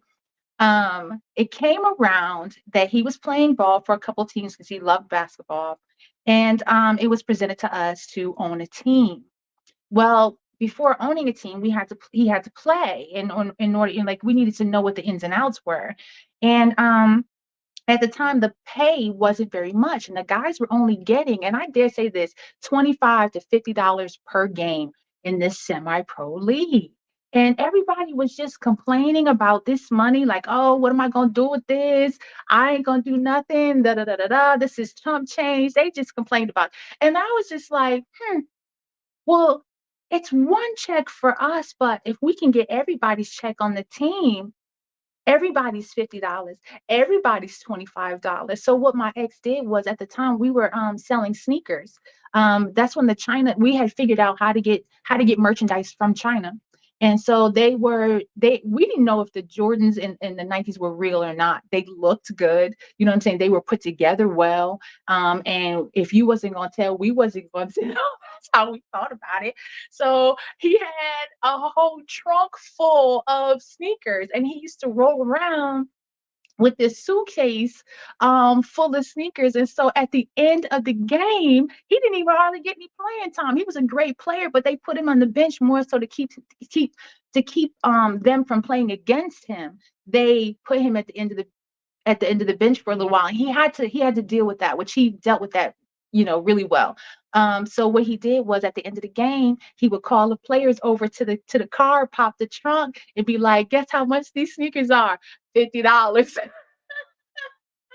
So what he did was he collected everybody's $50, and what was a game that went from making $50 a night for us went to $500 games, because we sold our sneakers that was in the back. And so that was the opportunity that we took. And for every entrepreneur out there, I want you to hear and see that, you know what I'm saying? Listen in the situation and scenario that you're in. Listen to the lack and see where you can fulfill a need, because the guys got sneakers and we got money. And that's how that went.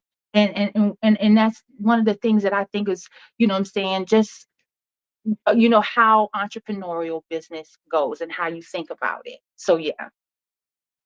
So I'm sitting here listening to this now, and everybody who knows basketball knows that they're traveling teams, right? So you're not just doing this in one space, you're doing this the whole season. And we know that basketball teams play, 100 and something games?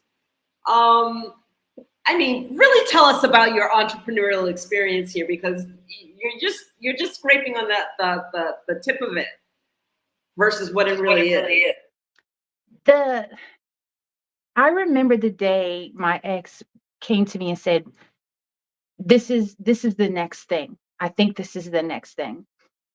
And we transitioned from players. My ex-husband transferred from being a player to an owner. And I remember the day we sat in our room at the desk trying to come up with a name and a business plan. I was in college at the time, so I took this and made this all my homework. So I was in business school at the time, so I did my business plan. We did all the research, and once I had gotten done with the research, I was actually afraid, because the ABA didn't have the best reputation.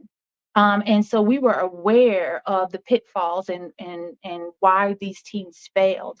And I think being in school and forcing me to study that really was a blessing in disguise for a lot of it.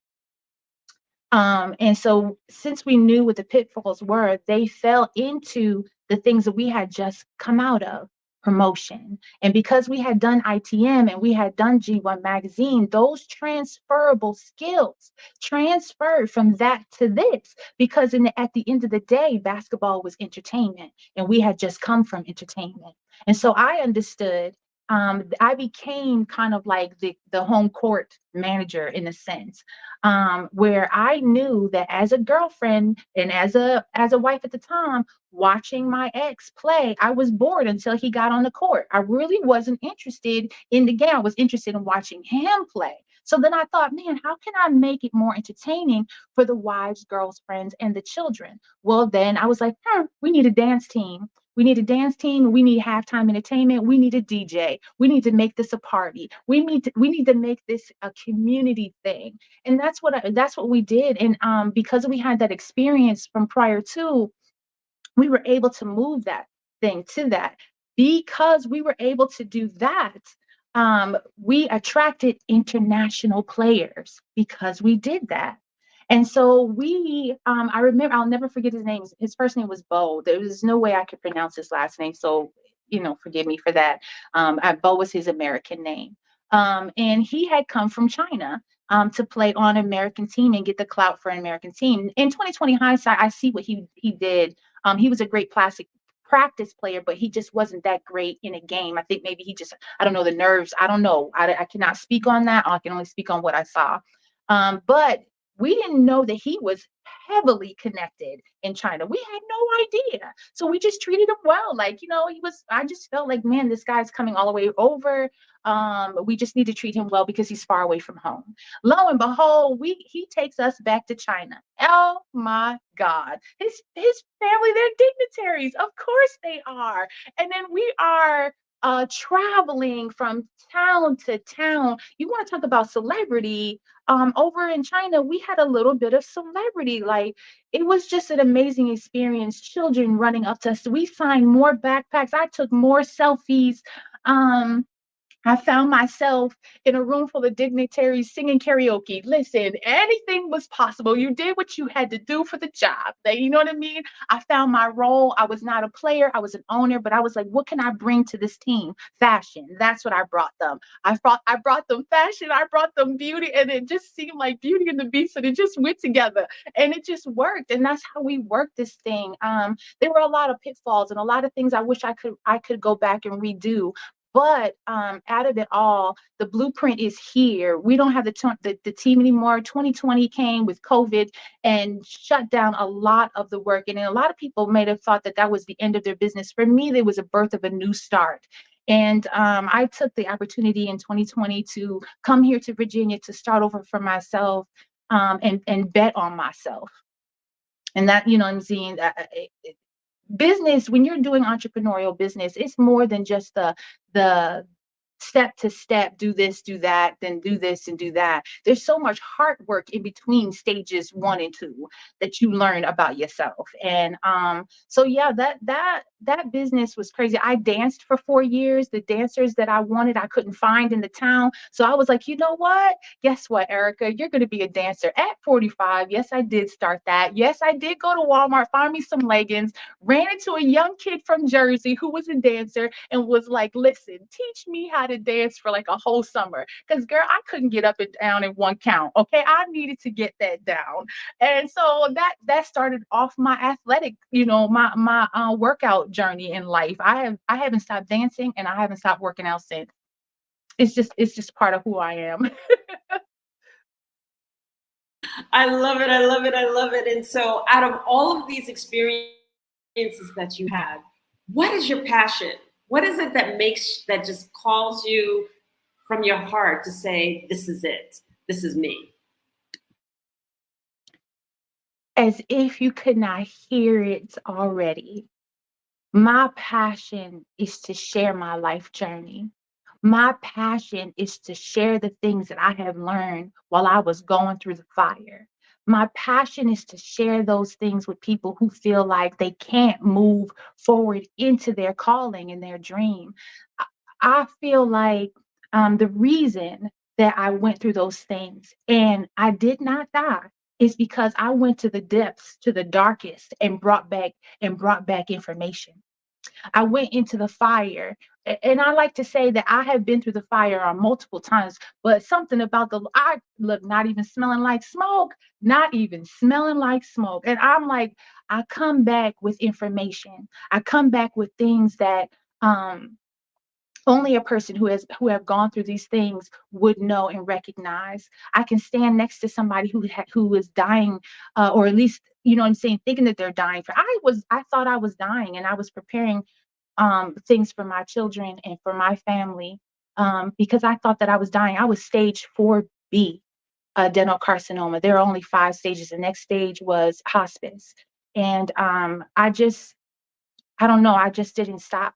I just didn't stop. I kept telling myself every morning that I got to get up. And that's what I did. And because I know these things, I want to speak to somebody else who thinks that that they're on their way out of here. And until God say it's a wrap, until God say it's over, and still get up. You know what I mean? I just kept getting up.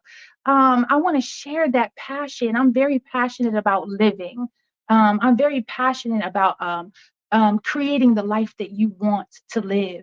I'm very passionate about how do you do that? How do you listen to your inner voice? How do you know how to listen in the stillness, in the quietness? How do you decipher between the voices that you hear and within your head, the one that is afraid, the one that is foolish, and the one that is full of information to guide you and lead you? How do you engage with people along your path, along your life journey? I'm gonna tell you this: when I learned that my brain was telling me to repeat things just because it's a gathering place of information. It's a gathering place of historical events that happen in my life. When I learned that, and then I learned that I could retrain my brain to help me versus to keep running me into the same negative habits. I jumped on that and took advantage of that. And I'm going to give you one tidbit. That's the reason why I get up so early in the morning. When you wake up in the morning, your brain is most receptive.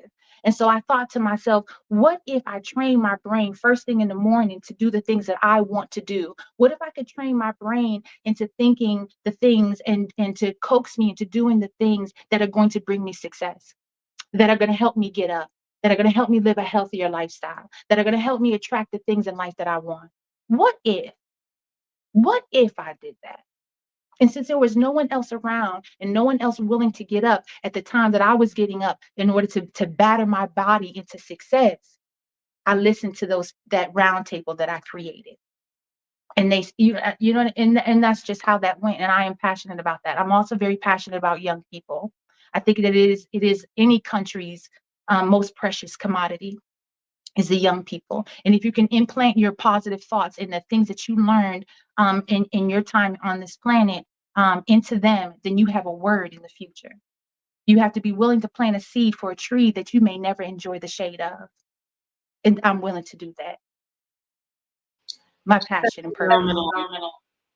That's phenomenal. And, I just want to add on to that too, because I also look at what people aren't saying. And one of the things that you aren't saying, but it's very, very prevalent right here, is that you did not accept a diagnosis and then lay down to die. Okay. And a lot of people sit there and say, oh, I've been told this. And it's just like, oh, I can't do this. I can't do that. So, and they say, eat healthier. And it's like, well, I like this. So you know what? I don't care what they're saying. I'm just going to do what I do. That's just me. So what you're basically doing is you're saying, I'm signing my death warrant. I'm not going to eat healthy. I'm not going to make the change. And then I'm accepting all that has just been labeled and told to me. And what you have to do is you have to defy. And the only reason I'm not going to come back to you is because I know you wanted to mention to Carol, your anthology in Carolyn. So I'm going to ask you that, but I wanted to highlight that because those are the things that you're not saying, but that you're implying. And I think that our audience needs to hear that. So we only have a couple of minutes left. Tell us about your anthology and then tell us how people can reach you and get to you. Fantastic. I met Carolyn a few months after I was still on chemo at the time. My auntie knew a woman who was in radio. Forgive me, I can't call her name on the spot right now, but she was very instrumental in introducing me to Carolyn. I took a few days to decide whether I wanted to do this or not because it was revealing my deepest and darkest things, and I was putting them on paper for anyone to read. and decided to do that. I ran with Carolyn. Carolyn escorted me through the process of 1,000-word submission into the Her Story 2 anthology. And ever since then, I found that writing was therapeutic for me, and not only for me to look back on and for me to move forward from and see how far I've come, but for other people to see that where I started, and if you can relate to where I was, then you had a platform. I was giving you a platform or confirmation to spring forward from that. And so that's how that went. And it also led me to write another book that I am currently writing right now called Badass.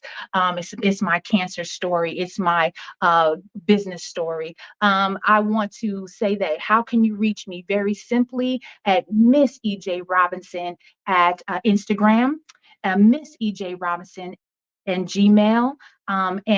Those are the two ways that you can contact me at any time. Please contact me, ask any question. I will gladly get back with you. I want to thank you so much for sharing your story. Thank you so much for being here. And I'm sure that people are going to reach out to you. Your strength and all of your inner being is such an encouragement to everyone out there. Thank you again. And genius is coming, and we'll see you on the other side. What if you could build your own city?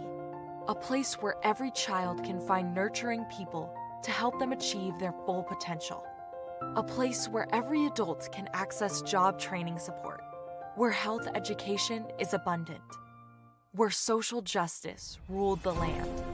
A place without limitations. Welcome. You have arrived at STEM City, USA.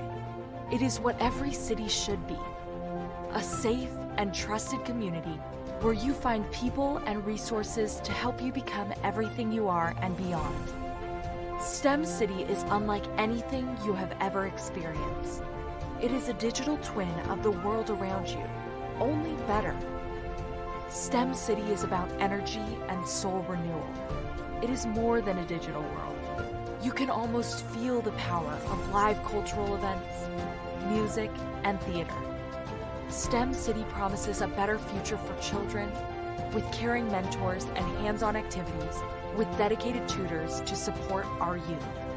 STEM City is your passport to a healthy lifestyle with weekly events addressing our community's many issues. STEM City is your financial well-being with helpful information on wealth management, career advancement, job training, and so much more. STEM City is the community you deserve. It is the city where your dreams can come true. STEM City USA, a place in the sky that is accessible to all who reach for the stars.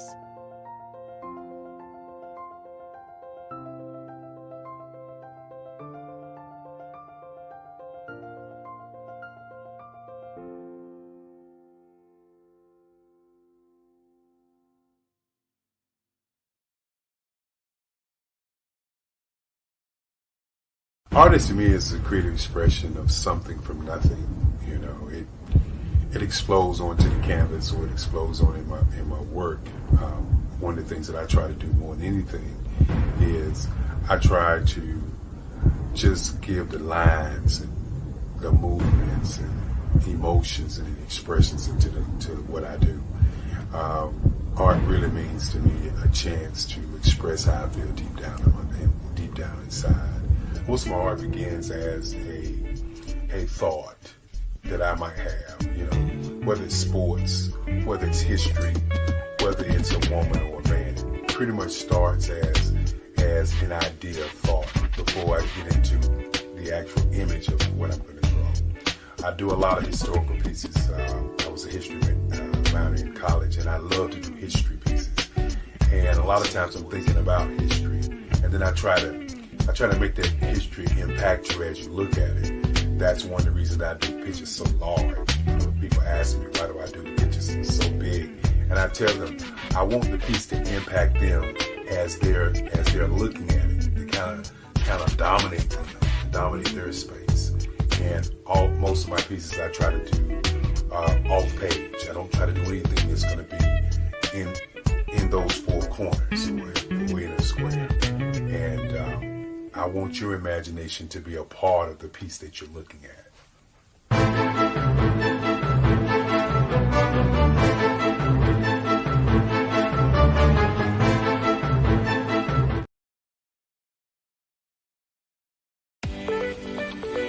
You are in the right place at the right time. The Black Business Network opens again for its Black Business Olympics, a 24/7 broadcast on business, strategies, global branding, social media marketing, finance, advertisement, and much, much more. Featuring the top, most powerful entrepreneurs and speakers and thought leaders from all around the world as they gather together for this phenomenal event. Join the Black Business Network streaming live into the metaverse, STEM City, USA, Black Multiverse, Pod TV, Roku, Hulu, iHeartRadio, Apple TV, YouTube, TikTok, Instagram, Google Podcasts, Facebook, LinkedIn, IBM TV, Spotify, and Twitch. Tune in today and be a part of this amazing movement. The Black Business Olympics welcomes you.